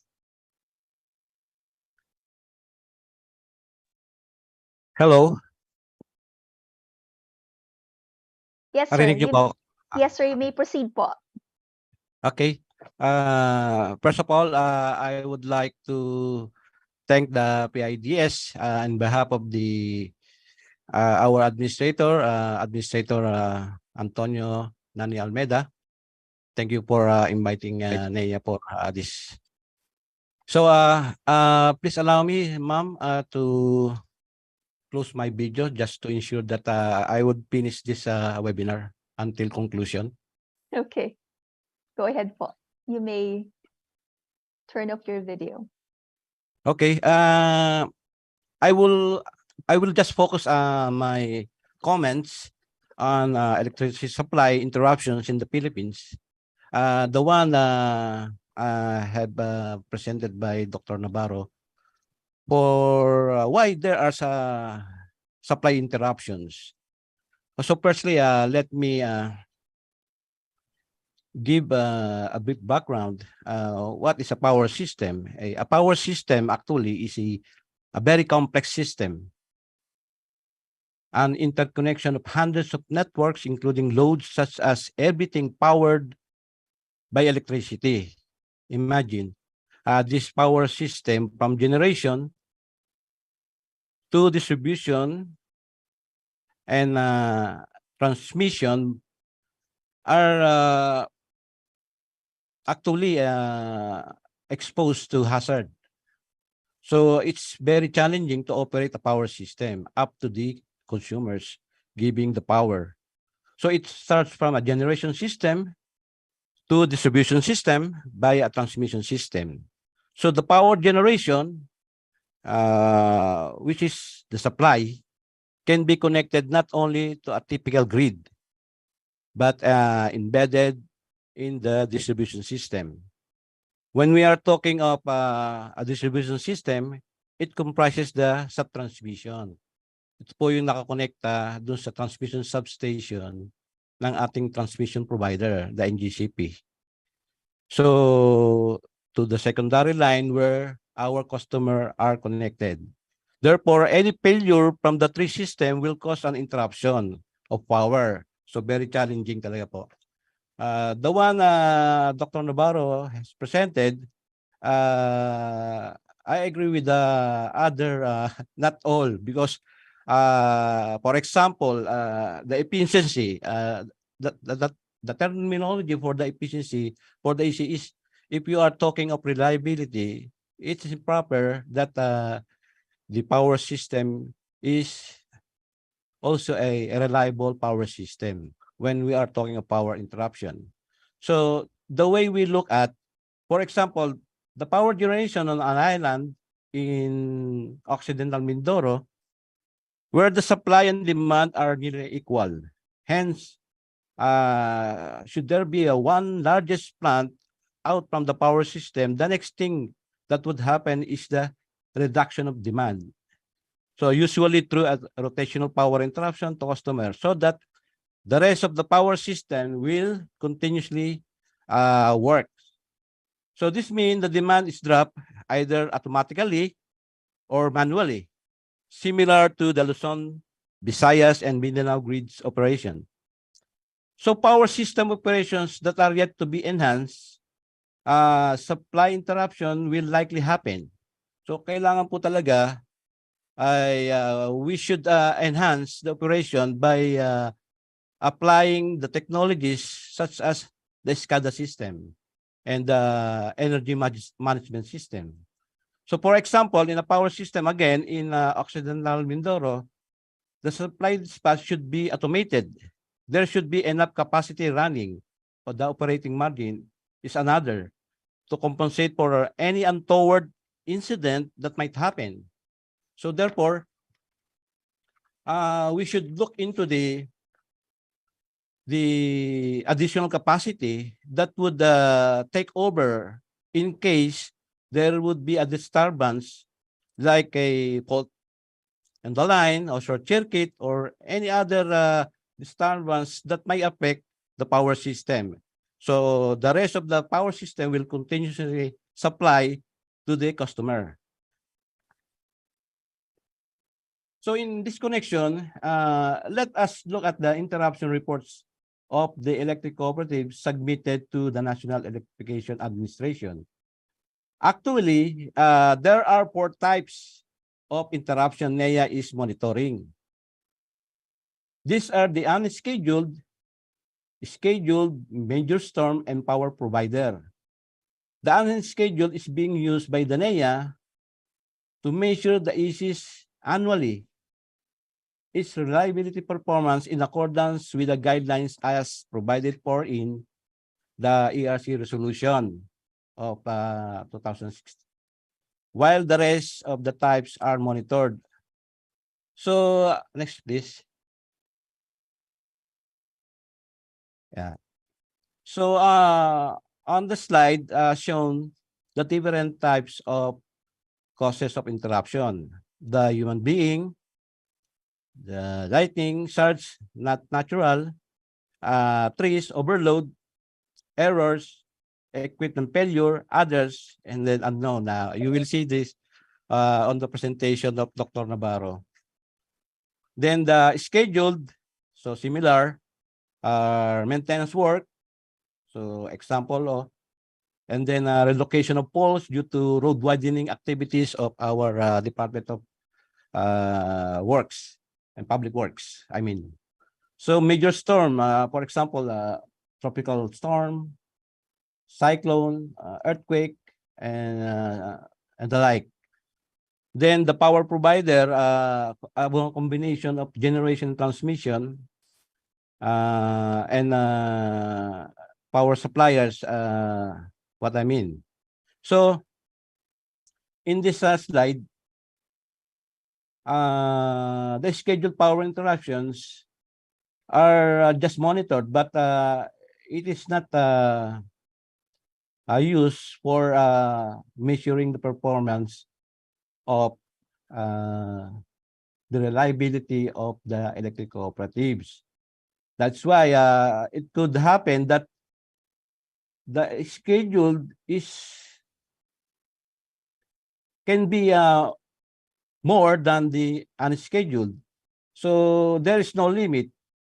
That's why there are interruptions that scheduled that we need to consider to use as a indicators for the performance of the reliability of the ISIS. So the NEA, in its efforts to further improve the electric service of the ISIS to their consumers, called the ERCs to include the reliability standard for all types of interruption. Based on NEA's communication to ERC dated March 27, the data for their reference provided based on the NEA records through NEA portal on the actual and mean values of reliability indices per EC cluster for all types of interruption has decreased talaga. Bumaba po. Agree po ako doon sa presentation ni Dr. Navarro. So in conclusion, it is suggested taking into consideration the following. So for off-grid power system, such as in the islands of Mindoro, Catanduanes, Masbate, Palawan, and others, for the grid stability is the provision for ancillary service. Ito po yung tinatawag natin na the running capacity, always running in case of there is a disturbance in the power system will take over and the rest of the power system will continuously supply to the customer. Then another one is for the ERC to include the reliability standard for all types of interruption, especially the scheduled one. There should be a limit. If not lower than the unscheduled, at least they are the same for study. Then another one is the strict implementation of RA 1136, I mean, otherwise known as the Anti-Obstruction of Power Line Act. So this piece of legislation is a big help to the performance that can be improved for the ISIS and other utilities to improve their reliability performance. So with this, that's all. Thank you.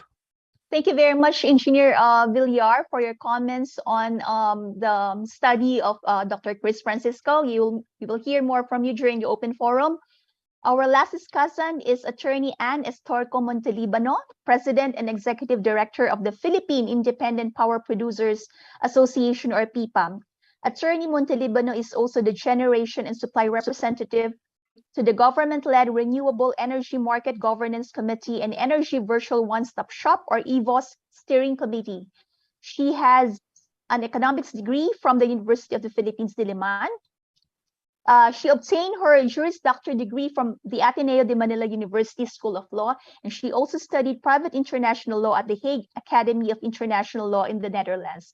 She's a partner at Simex Law and specializes in energy law, corporate and commercial law, government permits and regulatory matters, intellectual property, and litigation. Attorney Montelibano, the floor is now yours. Hello, magandang hapon sa inyong lahat. Thank you very much for inviting PIPA in this webinar. So first of all, before I begin, I would like to thank Drs. Francisco and Navarro for providing us with a thorough discussion on both topics. Both papers were well researched, and I could not agree more on the matters raised and the arguments put forward by both writers.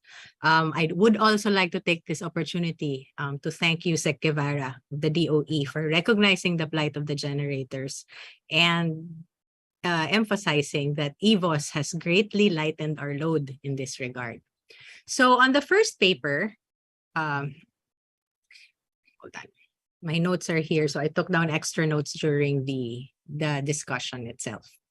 So on the first paper, which underscores the importance of electricity supply, I have divided my discussion into two segments.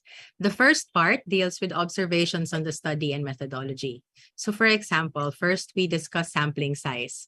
We note that there is difficulty in achieving a larger number for statistical reference, considering in the paper that it says that only 37 out of 121 ECs were sampled. We acknowledge that it's quite challenging in obtaining data, since not all ECs are well equipped to submit accurate information that may be used for studies. As such, later on, as you can see, I will be discussing this. We will share additional insights or additional methodologies on this subject. Second, on our comments, we agree on the factors that were mentioned in the study: loss of electricity, meaning natural disasters, technical functions, and the other factors mentioned in the paper. We greatly need investment in the generation sector, additional lines, and furthermore, to strengthen our disaster response tools and methods, especially for our ECs, where the design criteria should be incorporated to ensure reliability. We know that even if this is capital intensive and costly, at least at the end of the day, the lines of our ECs and DUs will not be prone to much damage when disaster hits. So on the second part, which is the meat of our discussion, PIPA would like to share the following thoughts on the matter. So as you can see in this slide, this is going to be our discussion. So as everyone knows, like for all modern societies, energy security is of primary importance, right? It is considered an essential service and fundamental requirement to the day-to-day function of an electricity-based life. We depend so much on electricity that an hour of power interruption automatically paralyzes us. So knowing that this is of primary importance, the economic consequences of a power supply interruption is a reflection on how progressive our country is. For PIPA, the VOL, or the value of lost load, is what we use to underscore the importance of energy security. The VOL is a monetary indicator expressing costs associated with interruption of electricity supply on a macro level. As you can see here in this slide, in 2020, the country's VOL was at 210 pesos per kilowatt hour. This means that we lose 210 pesos per kilowatt hour due to power interruption. To put things into perspective on how much we lose, we need to concretize this. For every 5 hours of no electricity, our country loses around 500 megawatts, okay? Which equates to how much? 556 million pesos in economic loss. That's a hefty amount of money to lose for a developing country. So to fully enable us to mitigate or decrease this kind of economic loss, what do we need to do? We need to determine the number of hours we are willing to accept for power interruptions. This is what we call a loss of load expectation, or what we know as the LOLE. So based on data that we have gathered before, we have a loss of load expectation of 10 days in a year, compared to our neighbor Singapore, whose loss of load expectation is, can you believe it, 1 day every 10 years. So circling back to the 556 million we lose every 5 hours of no power, we cannot afford, clearly, to lose much more money in terms of economic loss. So bearing that in mind, we now go to how much capacity addition is needed to fill in that gap. So let's say we aim for a loss of load expectation of 1 day in a year. This means, as you can see on the right hand of the screen, that our required capacity addition must be at the very least, 1,164 megawatts of energy. This means that a potential generator or generators will be required to run at about 2.8% of the time, where we experience a peak of power interruptions. These are what we call our merchant or our peaking plants. Next slide, please. The question now is, given that knowledge, will we generators be incentivized to dive headfirst to supply, build, and operate around that kind of capacity? The short answer is no. Why? As you can see in the pie, this slide indicates some problem areas on what we need to address as generators. The biggest contributor to this is the secondary price cap, where at 6 pesos and 24 centavos per kilowatt hour, the generator cannot recover its costs from the WESM alone. When designated especially as a must-run or a constrained-on, the generator is forced to be a price taker regardless of the amount of bid, and can only request for additional compensation up to its fuel and some variable costs, subject to validation, which takes months to release and approve. On the left side of the pie, you have our PSAs and the ASPAs. They make up for 1/4 each of the pie, where here, for PSAs, our DUs or ECs are not motivated to contract peaking capacity due to the price in the WESM. We also encounter difficulties in the ASPA contracting because of its perceived increased costs. Barriers to entry are enumerated on the right hand of the deck, okay, which enumerates limited markets, contracting, transmission constraints such as stranded capacity, infrastructure delays, permitting bureaucracy despite the EVOS, and restrictive regulation. Next slide, please. So since the first discussion paper talked about line or technical issues to which we wholeheartedly agree, time and time again, we have been underscoring the importance of transmission line issues, since without our national highways of electricity, there can be no energization of allocation or locations, in fact. Improving technical efficiency on the EC level is also a must, but this necessitates proper investment and funding. So, granting the present system, our main highways first need to be improved. So when it traverses our local grids, the delivery of energy also improves. As you can see in this slide, from Luzon to Visayas and vice versa, the lines are utterly congested. Our very own Yusek Guevarra in the DOE presscon held last Tuesday emphasized the importance of transmission services and that without congested lines, we may see a vast improvement and decrease in power interruptions, save for those circumstances that are truly beyond the control of both the transmission line operator and us generators. So for this paper, PIPA wholeheartedly agrees that there is a lot to be done to eliminate the inefficiencies in the system and to address the reliability of the network of the energy sector. But again, since the most expensive electricity is having no power at all. For the second paper, next slide, please. Okay. The second paper deals on the implications of developing a Philippine nuclear energy program. So for that, we have 3 points that we want to share with everyone.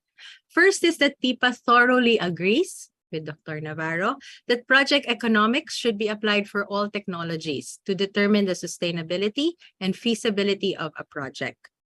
There are admittedly a lot more processes that need to be accomplished and in place before we can fully embark or embrace nuclear technology.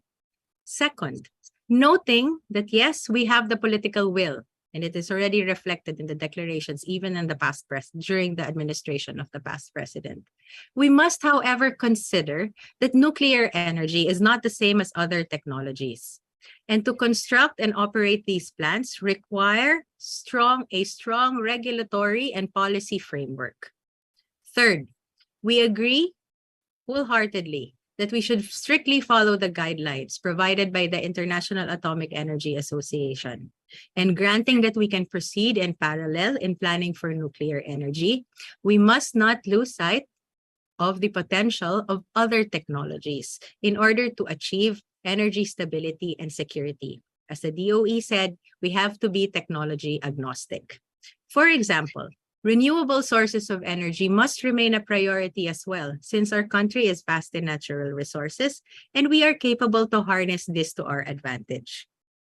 Having said that, we look forward to a healthy mix in the system, coupled with a reduction and eventually a complete eradication of all efficiencies or any concerns in order to have a robust energy system. And then we can see our nation definitely on its way to its growth. Thank you very much. Maraming salamat. Thank you for your patience. And thank you very much, Attorney Montelibano, for your comments. Thank you to all our discussants for your insights. Before we go to the open panel discussion and open forum, our authors, Doctors Francisco and Navarro, may have something to say in response to the remarks of our discussants. May we start from Kris? Kris, would you have any response? Yes, Dr. Sheila. So I just would like to thank Kev for sharing that parang sa akin it's an important it's a welcome policy development. She said that there are now levers to impose certain level of standards when it comes to efficiency, reliability, and production of electricity. So that's a good thing. I also would like to thank Engineer Eric for sharing some other sources of data that we can use. And very interesting what you said na there should be a limit on the scheduled interruption, which doesn't exist pa as of now. And well, it's interesting sa amin, no? And Attorney Annie, thank you so much then for sharing your thoughts from your side, which is very, very useful. Overall, ang nakuha ko from all of these things that they've discussed is that parang there are certainly a lot of issues that really need to be looked into to unbundle a lot of issues in the power electricity sector. And we hope na in the future we can continue to work together kasi kami naman as researchers, no, we would always need your guidance. Ano bang dapat namin gamitin na data? Ano bang mga developments sa policy? And we hope that the next time na we reach out to your office, mas madali na. So I'm very, very happy with the way the discussion is going today. No, thank you so much for our three discussants today. We are learning a lot there. Thank you very much, Kris. And Adora, Dr. Navarro? Yes, thank you for the reactions from our discussants. Yusek gave your point that DOE is technology agnostic or technology neutral is a very, very important one. And that for me, that means that if nuclear energy remains a promising option and there will be offers to the Philippine government to try say a new technology, say SMR or small modular reactor technology for less cost, no, then that means that it will be welcomed by the government, and the government will continue to pursue the steps necessary to advance in nuclear energy development. Engineer Eric provided the comments on Kris' study actually, although he made a mistake of calling the author as me. No? So Engineer Eric kay Dr. Francisco po yon. Attorney Ann, thank you also for your comments. And your comment on incentives, that's a very important one. No? And I'm sure that you in the private sector will be very watchful in the developments in the legislative framework. You have to watch out if, incentives that will be given to nuclear energy technology deployment, given that nuclear energy is being recognized as one of our strategies to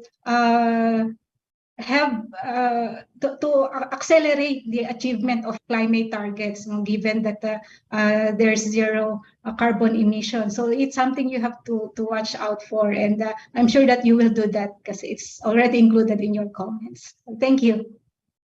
Thank you very much, Dora.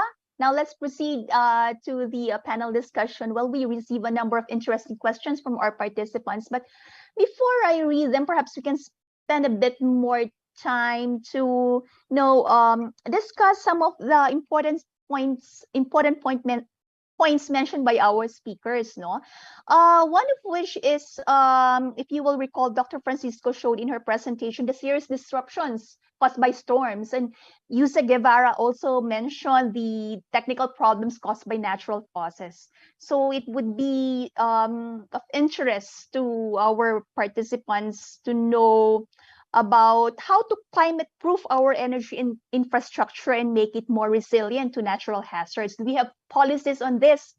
Policies that are aimed at promoting more resilient infra, and perhaps we can start. We can hear the response of Guevarra on this, ma'am.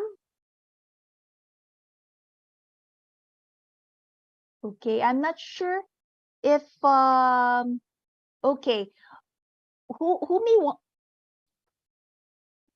anyone from the from our panel of speakers who wish to answer this question about climate proofing our infrastructure?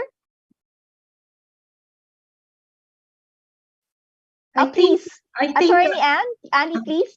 Okay. No, I think since USEC is not yet online, I mean, it's just off the bat. Okay, this is a cost issue. So that's why I remember I said earlier about making sure on disaster response tools and methods.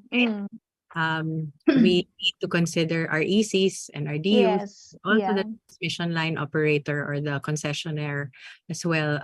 Need to consider those things, new design features, right? And granted, we know the reality is that these new design features are very, very expensive. So there is a need to balance this. So in response to that, that's going to be a delicate balance between really preparing for resiliency, really preparing for resiliency in terms of disaster response and avoiding natural disasters, and also, the cost to build it. And most of some of the costs also there, it ends up down the line being paid for everyone, because again, we need to be prepared. We also, in terms of the LOLE, it's also something that we need to accept. How much are we willing to pay to make sure that we don't have any power interruption? Right? Yes. So, I mean, we can't just say we need cheap electricity. But cheap electricity also comes at a cost. So it's a delicate balance. That's something that we need to study. And I think I messaged also in private that maybe the PIDS also can embark on that study. Like how much each Filipino is willing to pay for electricity. And that's why we need an updated LOLE study. And I think it would greatly help our policymakers and our regulators, at least in PIDS. Right now, there are only private sources. So it would greatly help us. Thank you very much, Attorney Annie. Engineer Villar, would you have anything to add, sir? Yes. Good afternoon again. That's right. We should balance the cost and the resiliency consideration of our infrastructure, particularly the electric cooperatives. NAIA right now is doing to ensure that every time there is a calamity like a typhoon, the damages to the facilities of electrical will be reduced in such a way that we are looking at the least cost mitigation for the infrastructure so that the restoration of power will be in the shortest possible time. Okay, thank you very much, Engineer Villar. I'm not sure if UC Guevarra is already available, but would our presenters, Adora or Kris, have anything to say, please? Yes, please. Yeah.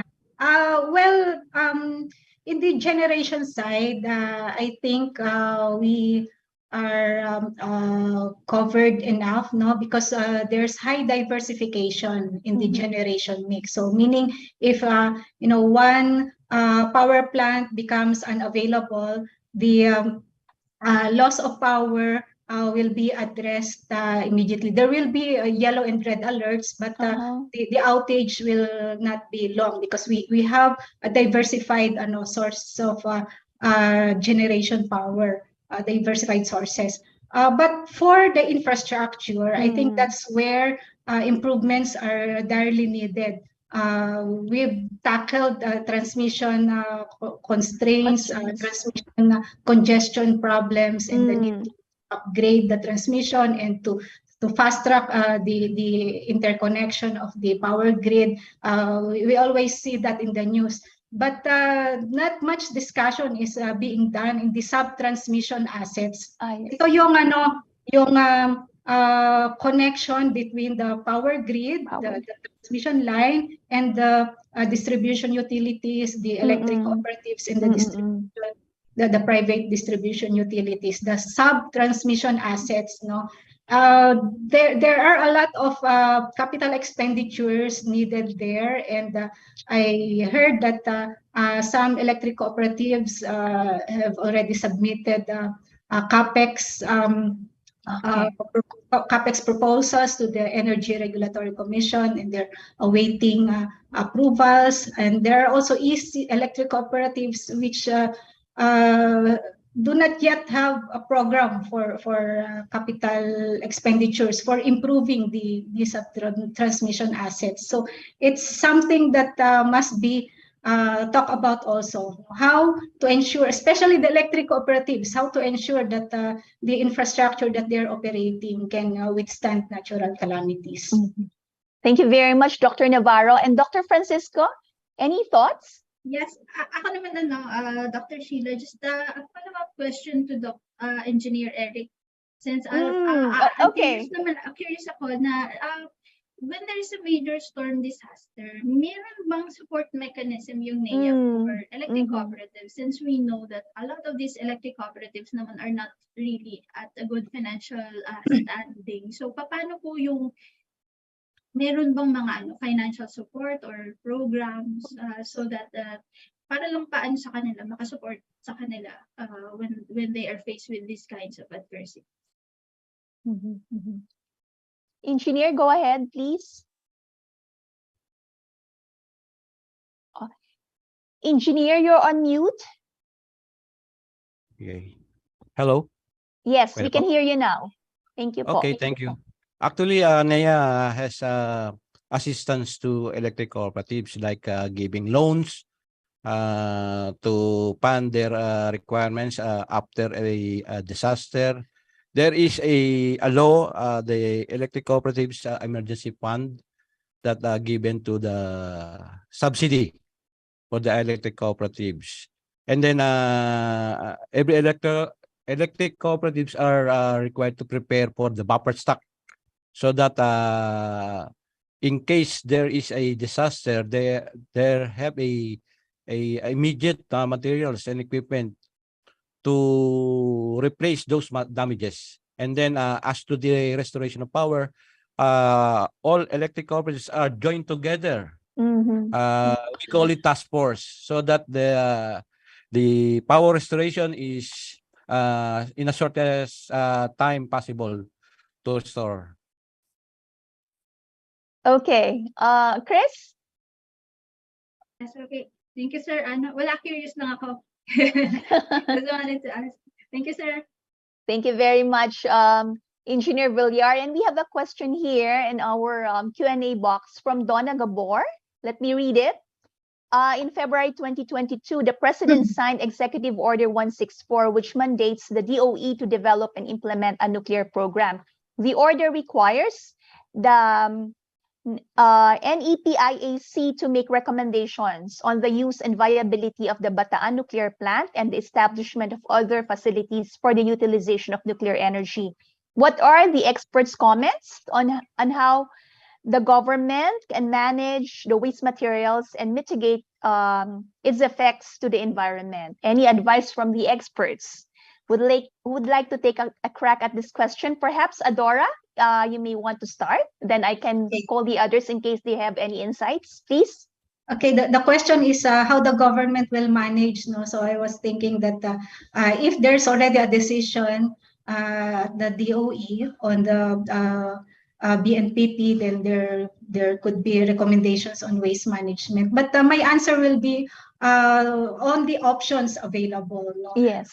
Waste from nuclear power plants can be recycled actually, and that is done by France. No, so it can be exported to other countries for recycling. No. It can also be exported to other countries which have the technology to store the nuclear waste deep underground. As I showed in one of my slides, no, there is already a country that is that has that kind of technology. But of course, marami nakapila dyan. There are many countries wanting, and they will prioritize their needs, of course. No, in the interim, no, there are also countries that store spent nuclear fuel, yung di na pwede ma-recycle, no, by constructing appropriate storage for them. So we can pursue that, no, but it will be costly, no, to have a temporary storage. But an option nga is to export the spent fuel. Well, if we are going to entertain SMR technology, small modular reactor technology, that can also be part of the contractual arrangement. We can negotiate that the spent fuel will also be taken care of by the developer of the SMR technology. And if there can be subsidies for that, no, for example, what is being talked about in the news now, yung US technology for SMR, no, they have subsidies for that. Then perhaps if what will be developed here is a prototype, and US government subsidies can also be used, no, for the storage of spent fuel. If ever it comes to that we negotiate for it. There are options. Yes, thank you very much, Adora. Would our other speakers have anything to add in case you have any insights? Okay, let's move on to another question, and this is also about developing a nuclear energy program in the country. I think, if I recall it correctly, Guevarra mentioned that it's crucial that we create an energy regulatory commission, and after that, then we can proceed with the nuclear roadmap. No, based on your monitoring of developments about this topic, Adora, meron ba ka bang nakikita na progress along these lines? Well, a special committee at the House of Representatives, a special committee on nuclear energy has already been set up. So that's a development, and they're starting to study this. Experts from the DOE, the Philippine Nuclear Research Institute, and other experts have been invited. I watched the proceedings, and the discussions are good, and I think they're on the right track. And there had also been announcements by DOE Secretary Lotilla that they will develop there's an existing nuclear energy roadmap. So if we are to base our progress based on that roadmap, we're very much delayed. So what the DOE Secretary announced is that they will update that roadmap. Yeah, and then yun nga, I mentioned it as part of the conclusions in our PIDS study that even before the secretary made that announcement that the national position should be revisited and confirmed, and a new roadmap should be formulated. Thank you very much, Adora. Okay, we have a question for Attorney Annie, and this is from Rashli David Juan from NEDA. Attorney, okay, let me read Rashli's question. What is the basis of the economic losses for every hour of power outage? Okay, so who was the one who, sorry, I'm looking at the Q&A, but yes, I don't this one, it's from Rashli De Juan of NEDA. Rashli, yes. Ashley, okay. Hi, Rashli. Good afternoon. Yes, that is the GDP over electricity sales. Okay. Rashli, okay, your question has been answered. Thank you very much, Attorney Annie. Okay, let's move to other questions in the Q&A.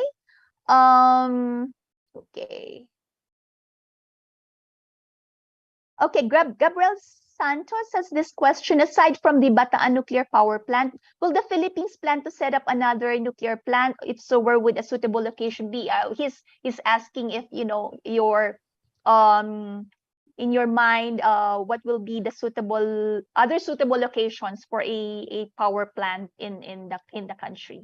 Adora, I saw you smiling. Any thoughts? Also, where will we set it up? It's the DOE that knows the suitable locations. The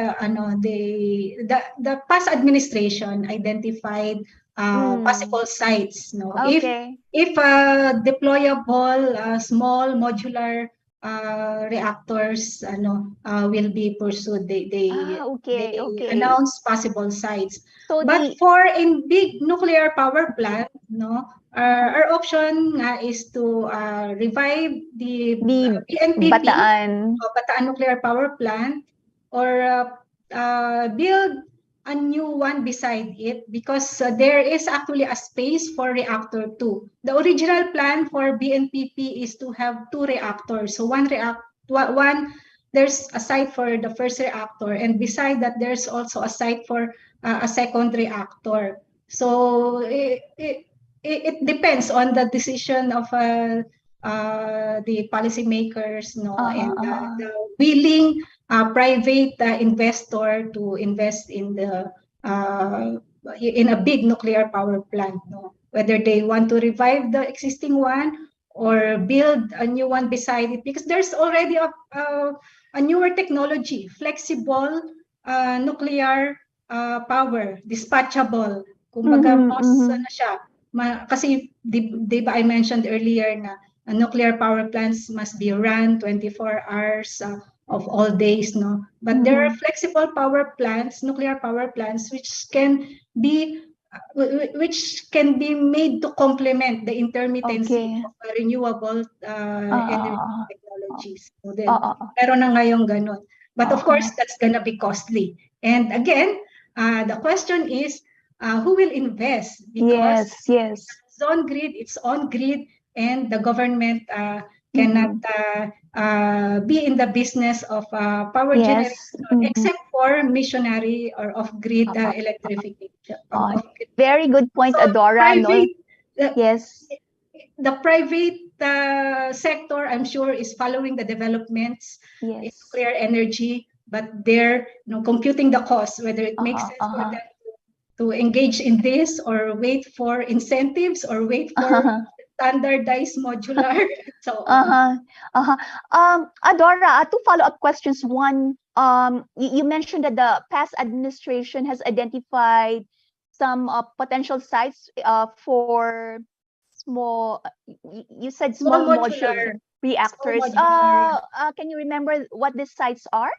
Oh, I can't remember everything, but I remember yung close to my island province.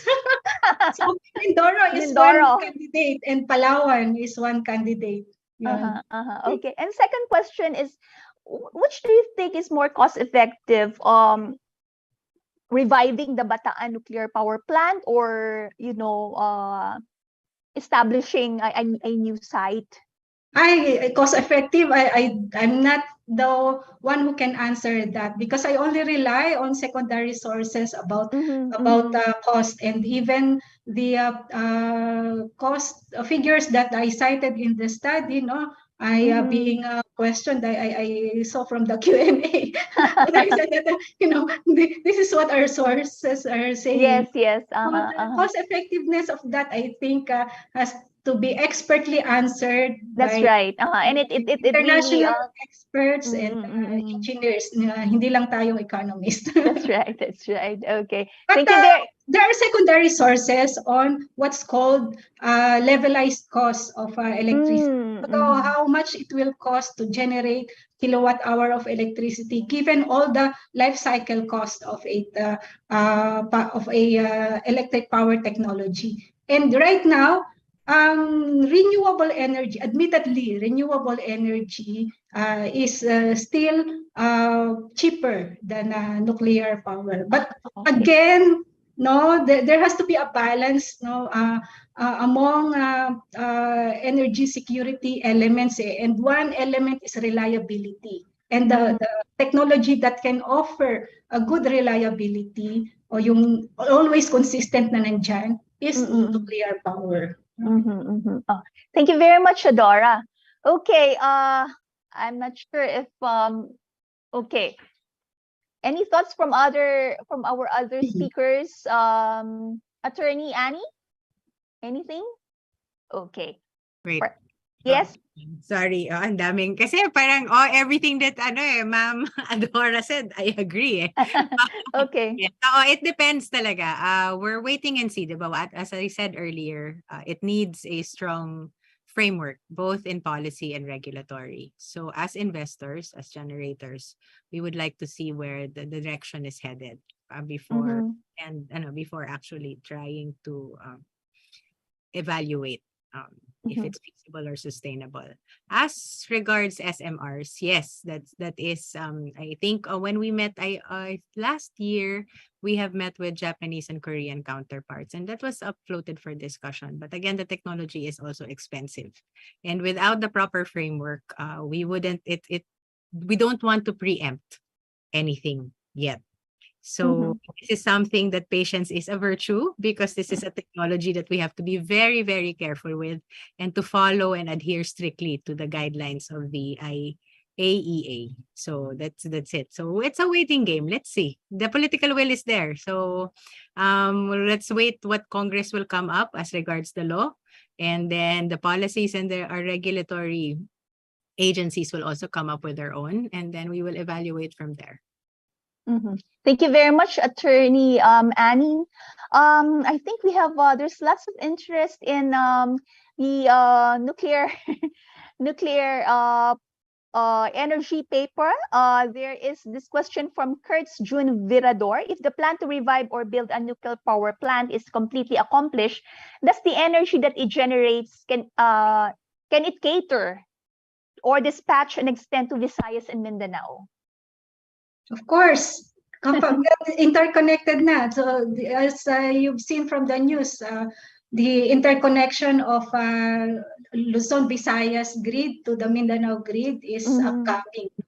So kasi electricity in a pool can go anywhere. Thank you for that answer, Adora. And years ago, I remember you've made that study on, you've assessed the EPIRA law, no?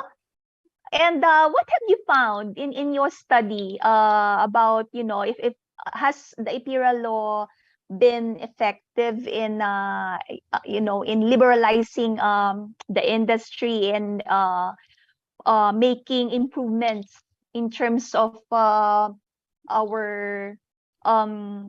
electricity supply, not just the supply, but the reliability of power. Seeing what's happening now. I think it's effective in achieving the objectives that it's set, no, in making the generation sector competitive, for example, unbundling the industry and instilling discipline in the industry through a fresh mandate for the regulator and other objectives. There are too many to mention, but as we're seeing now, no, the EPIRA is being revisited and rooms for improvement are being explored. And I think there can be improvements in the way the transmission sector is being operated, and also perhaps this can be an opportunity to introduce reforms in the electric cooperative sector because it's not sufficiently tackled in the EPIRA. I was told that in the history of legislation before, the intent was to have a separate legislation for the electric cooperative sector. So right now, the EPIRA is being revisited. I plan to revisit it also. Wala lang time. Susunod. Okay. Maraming salamat, Adora, no? So we still have questions here in the chat box. So let me see if there's more. Okay. Okay, from Rashli David Juan. According to a policy brief of Senator Gatchalian, they assume that the cost of power outage equates to the shows that. Okay, the question is a bit vague over the number. Okay, let's go back to this question later in case we still have time. Okay, other questions? Let me check our Facebook page. There may be questions from there. Okay. Okay, okay. Our webinar team that said that there is none from Facebook. Okay, perhaps we can ask Attorney Annie, because he mentioned about the importance of having healthy mix of energy sources, and in the light of the amendments to the Public Service Act, although I think utilities is, correct me if I'm wrong, has it been full full ownership or still 60-40? I'm not sure. Let me check. But do you foresee any, let's say, improvements in the energy mix if we are to have a more and more competition arising from the amendments, Attorney Annie? Wait, I think the question has so many questions. So let's take it down, okay? First, okay, let's you go to the basic, the general law, the EPIRA kanina. So if I okay, let's go back to the EPIRA. Yes. Let's go back there first, and then we'll delve in. Let's do it procedurally. So for the EPIRA, if the EPIRA works, it's been working. Yes, admittedly, as Dr. Adora said, there are room for improvement, especially in the EC area, in the EC sector, the DU sector, and the transmission sector. For the generators part, we believe that it has been truly effective. We look forward to being more deregulated. Why? Because the generation sector is able to manage or operate power plants efficiently, so that the government funds can be can be concentrated in other priority matters. So if this is, this is one of the wonderful things about EPIRA. It recognized that the government does not have enough funds or does not have the capability to continuously operate, especially if we are developing at such a fast pace. Then it is best to make it as competitive as possible and to open it up to the private sector. So there. As to the Public Service Act, again, we emphasize that yes, the generators, they are not considered as utilities because we are a deregulated and a competitive industry. So we also welcome foreign ownership in the renewable energy, as mentioned, I think, by Yusek Guevarra and the DOE since before. So, I mean, we are excited as long as policies and the law in terms of the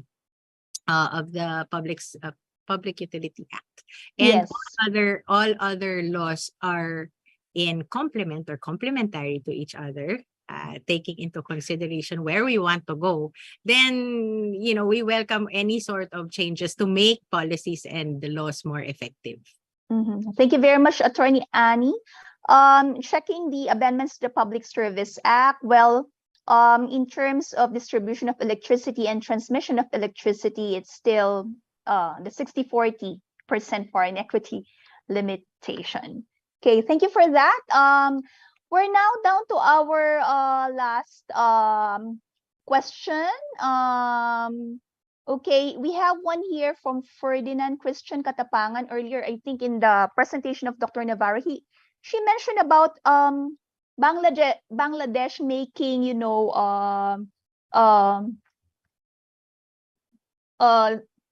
developments in their plans to have a nuclear program, way ahead of the Philippines, So a question from Ferdinand Christian Katapangan: what makes nuclear program in countries like Bangladesh different from the Philippines, or maybe Philippines is just conservative in this endeavor?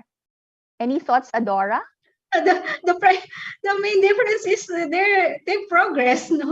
They're under the construction stage. The similarity is they follow the IAEA approach. They're guided by the international regulator, and we're also guided by that when we first embark on it. It's just that hindi natuloy yung sa atin, and there were attempts to make ours operational, but the compromise agreement failed, and then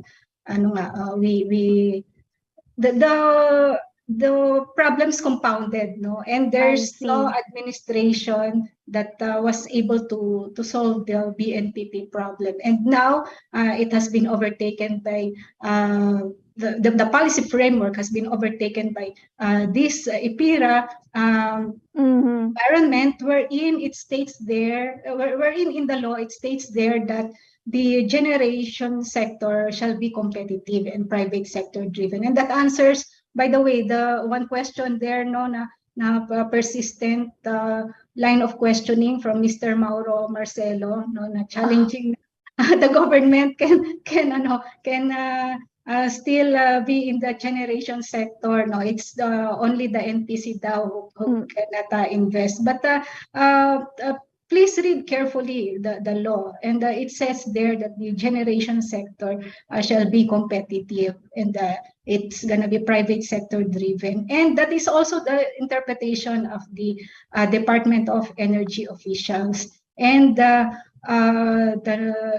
generation business of the government is restricted to small power utility generation only. And in Mindanao, kasi the law exempted the Mindanao hydropower plants from privatization, but only for a time. It's the direction still there is for the privatization to be the strategy for privatization to be formulated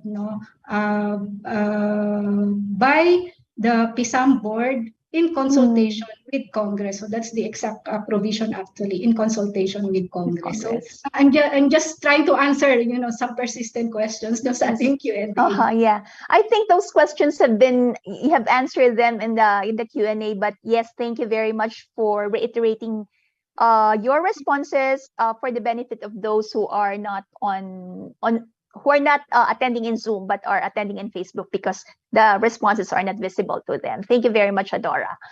Okay, so at this point, to cap our discussion, we have come to the last part of our program. So to cap our discussion, may I ask our speakers for some brief parting words, if you have any? Can we start with our presenters, Dr. Kris Francisco and Dr. Adora Navarro? Kris, you may go ahead.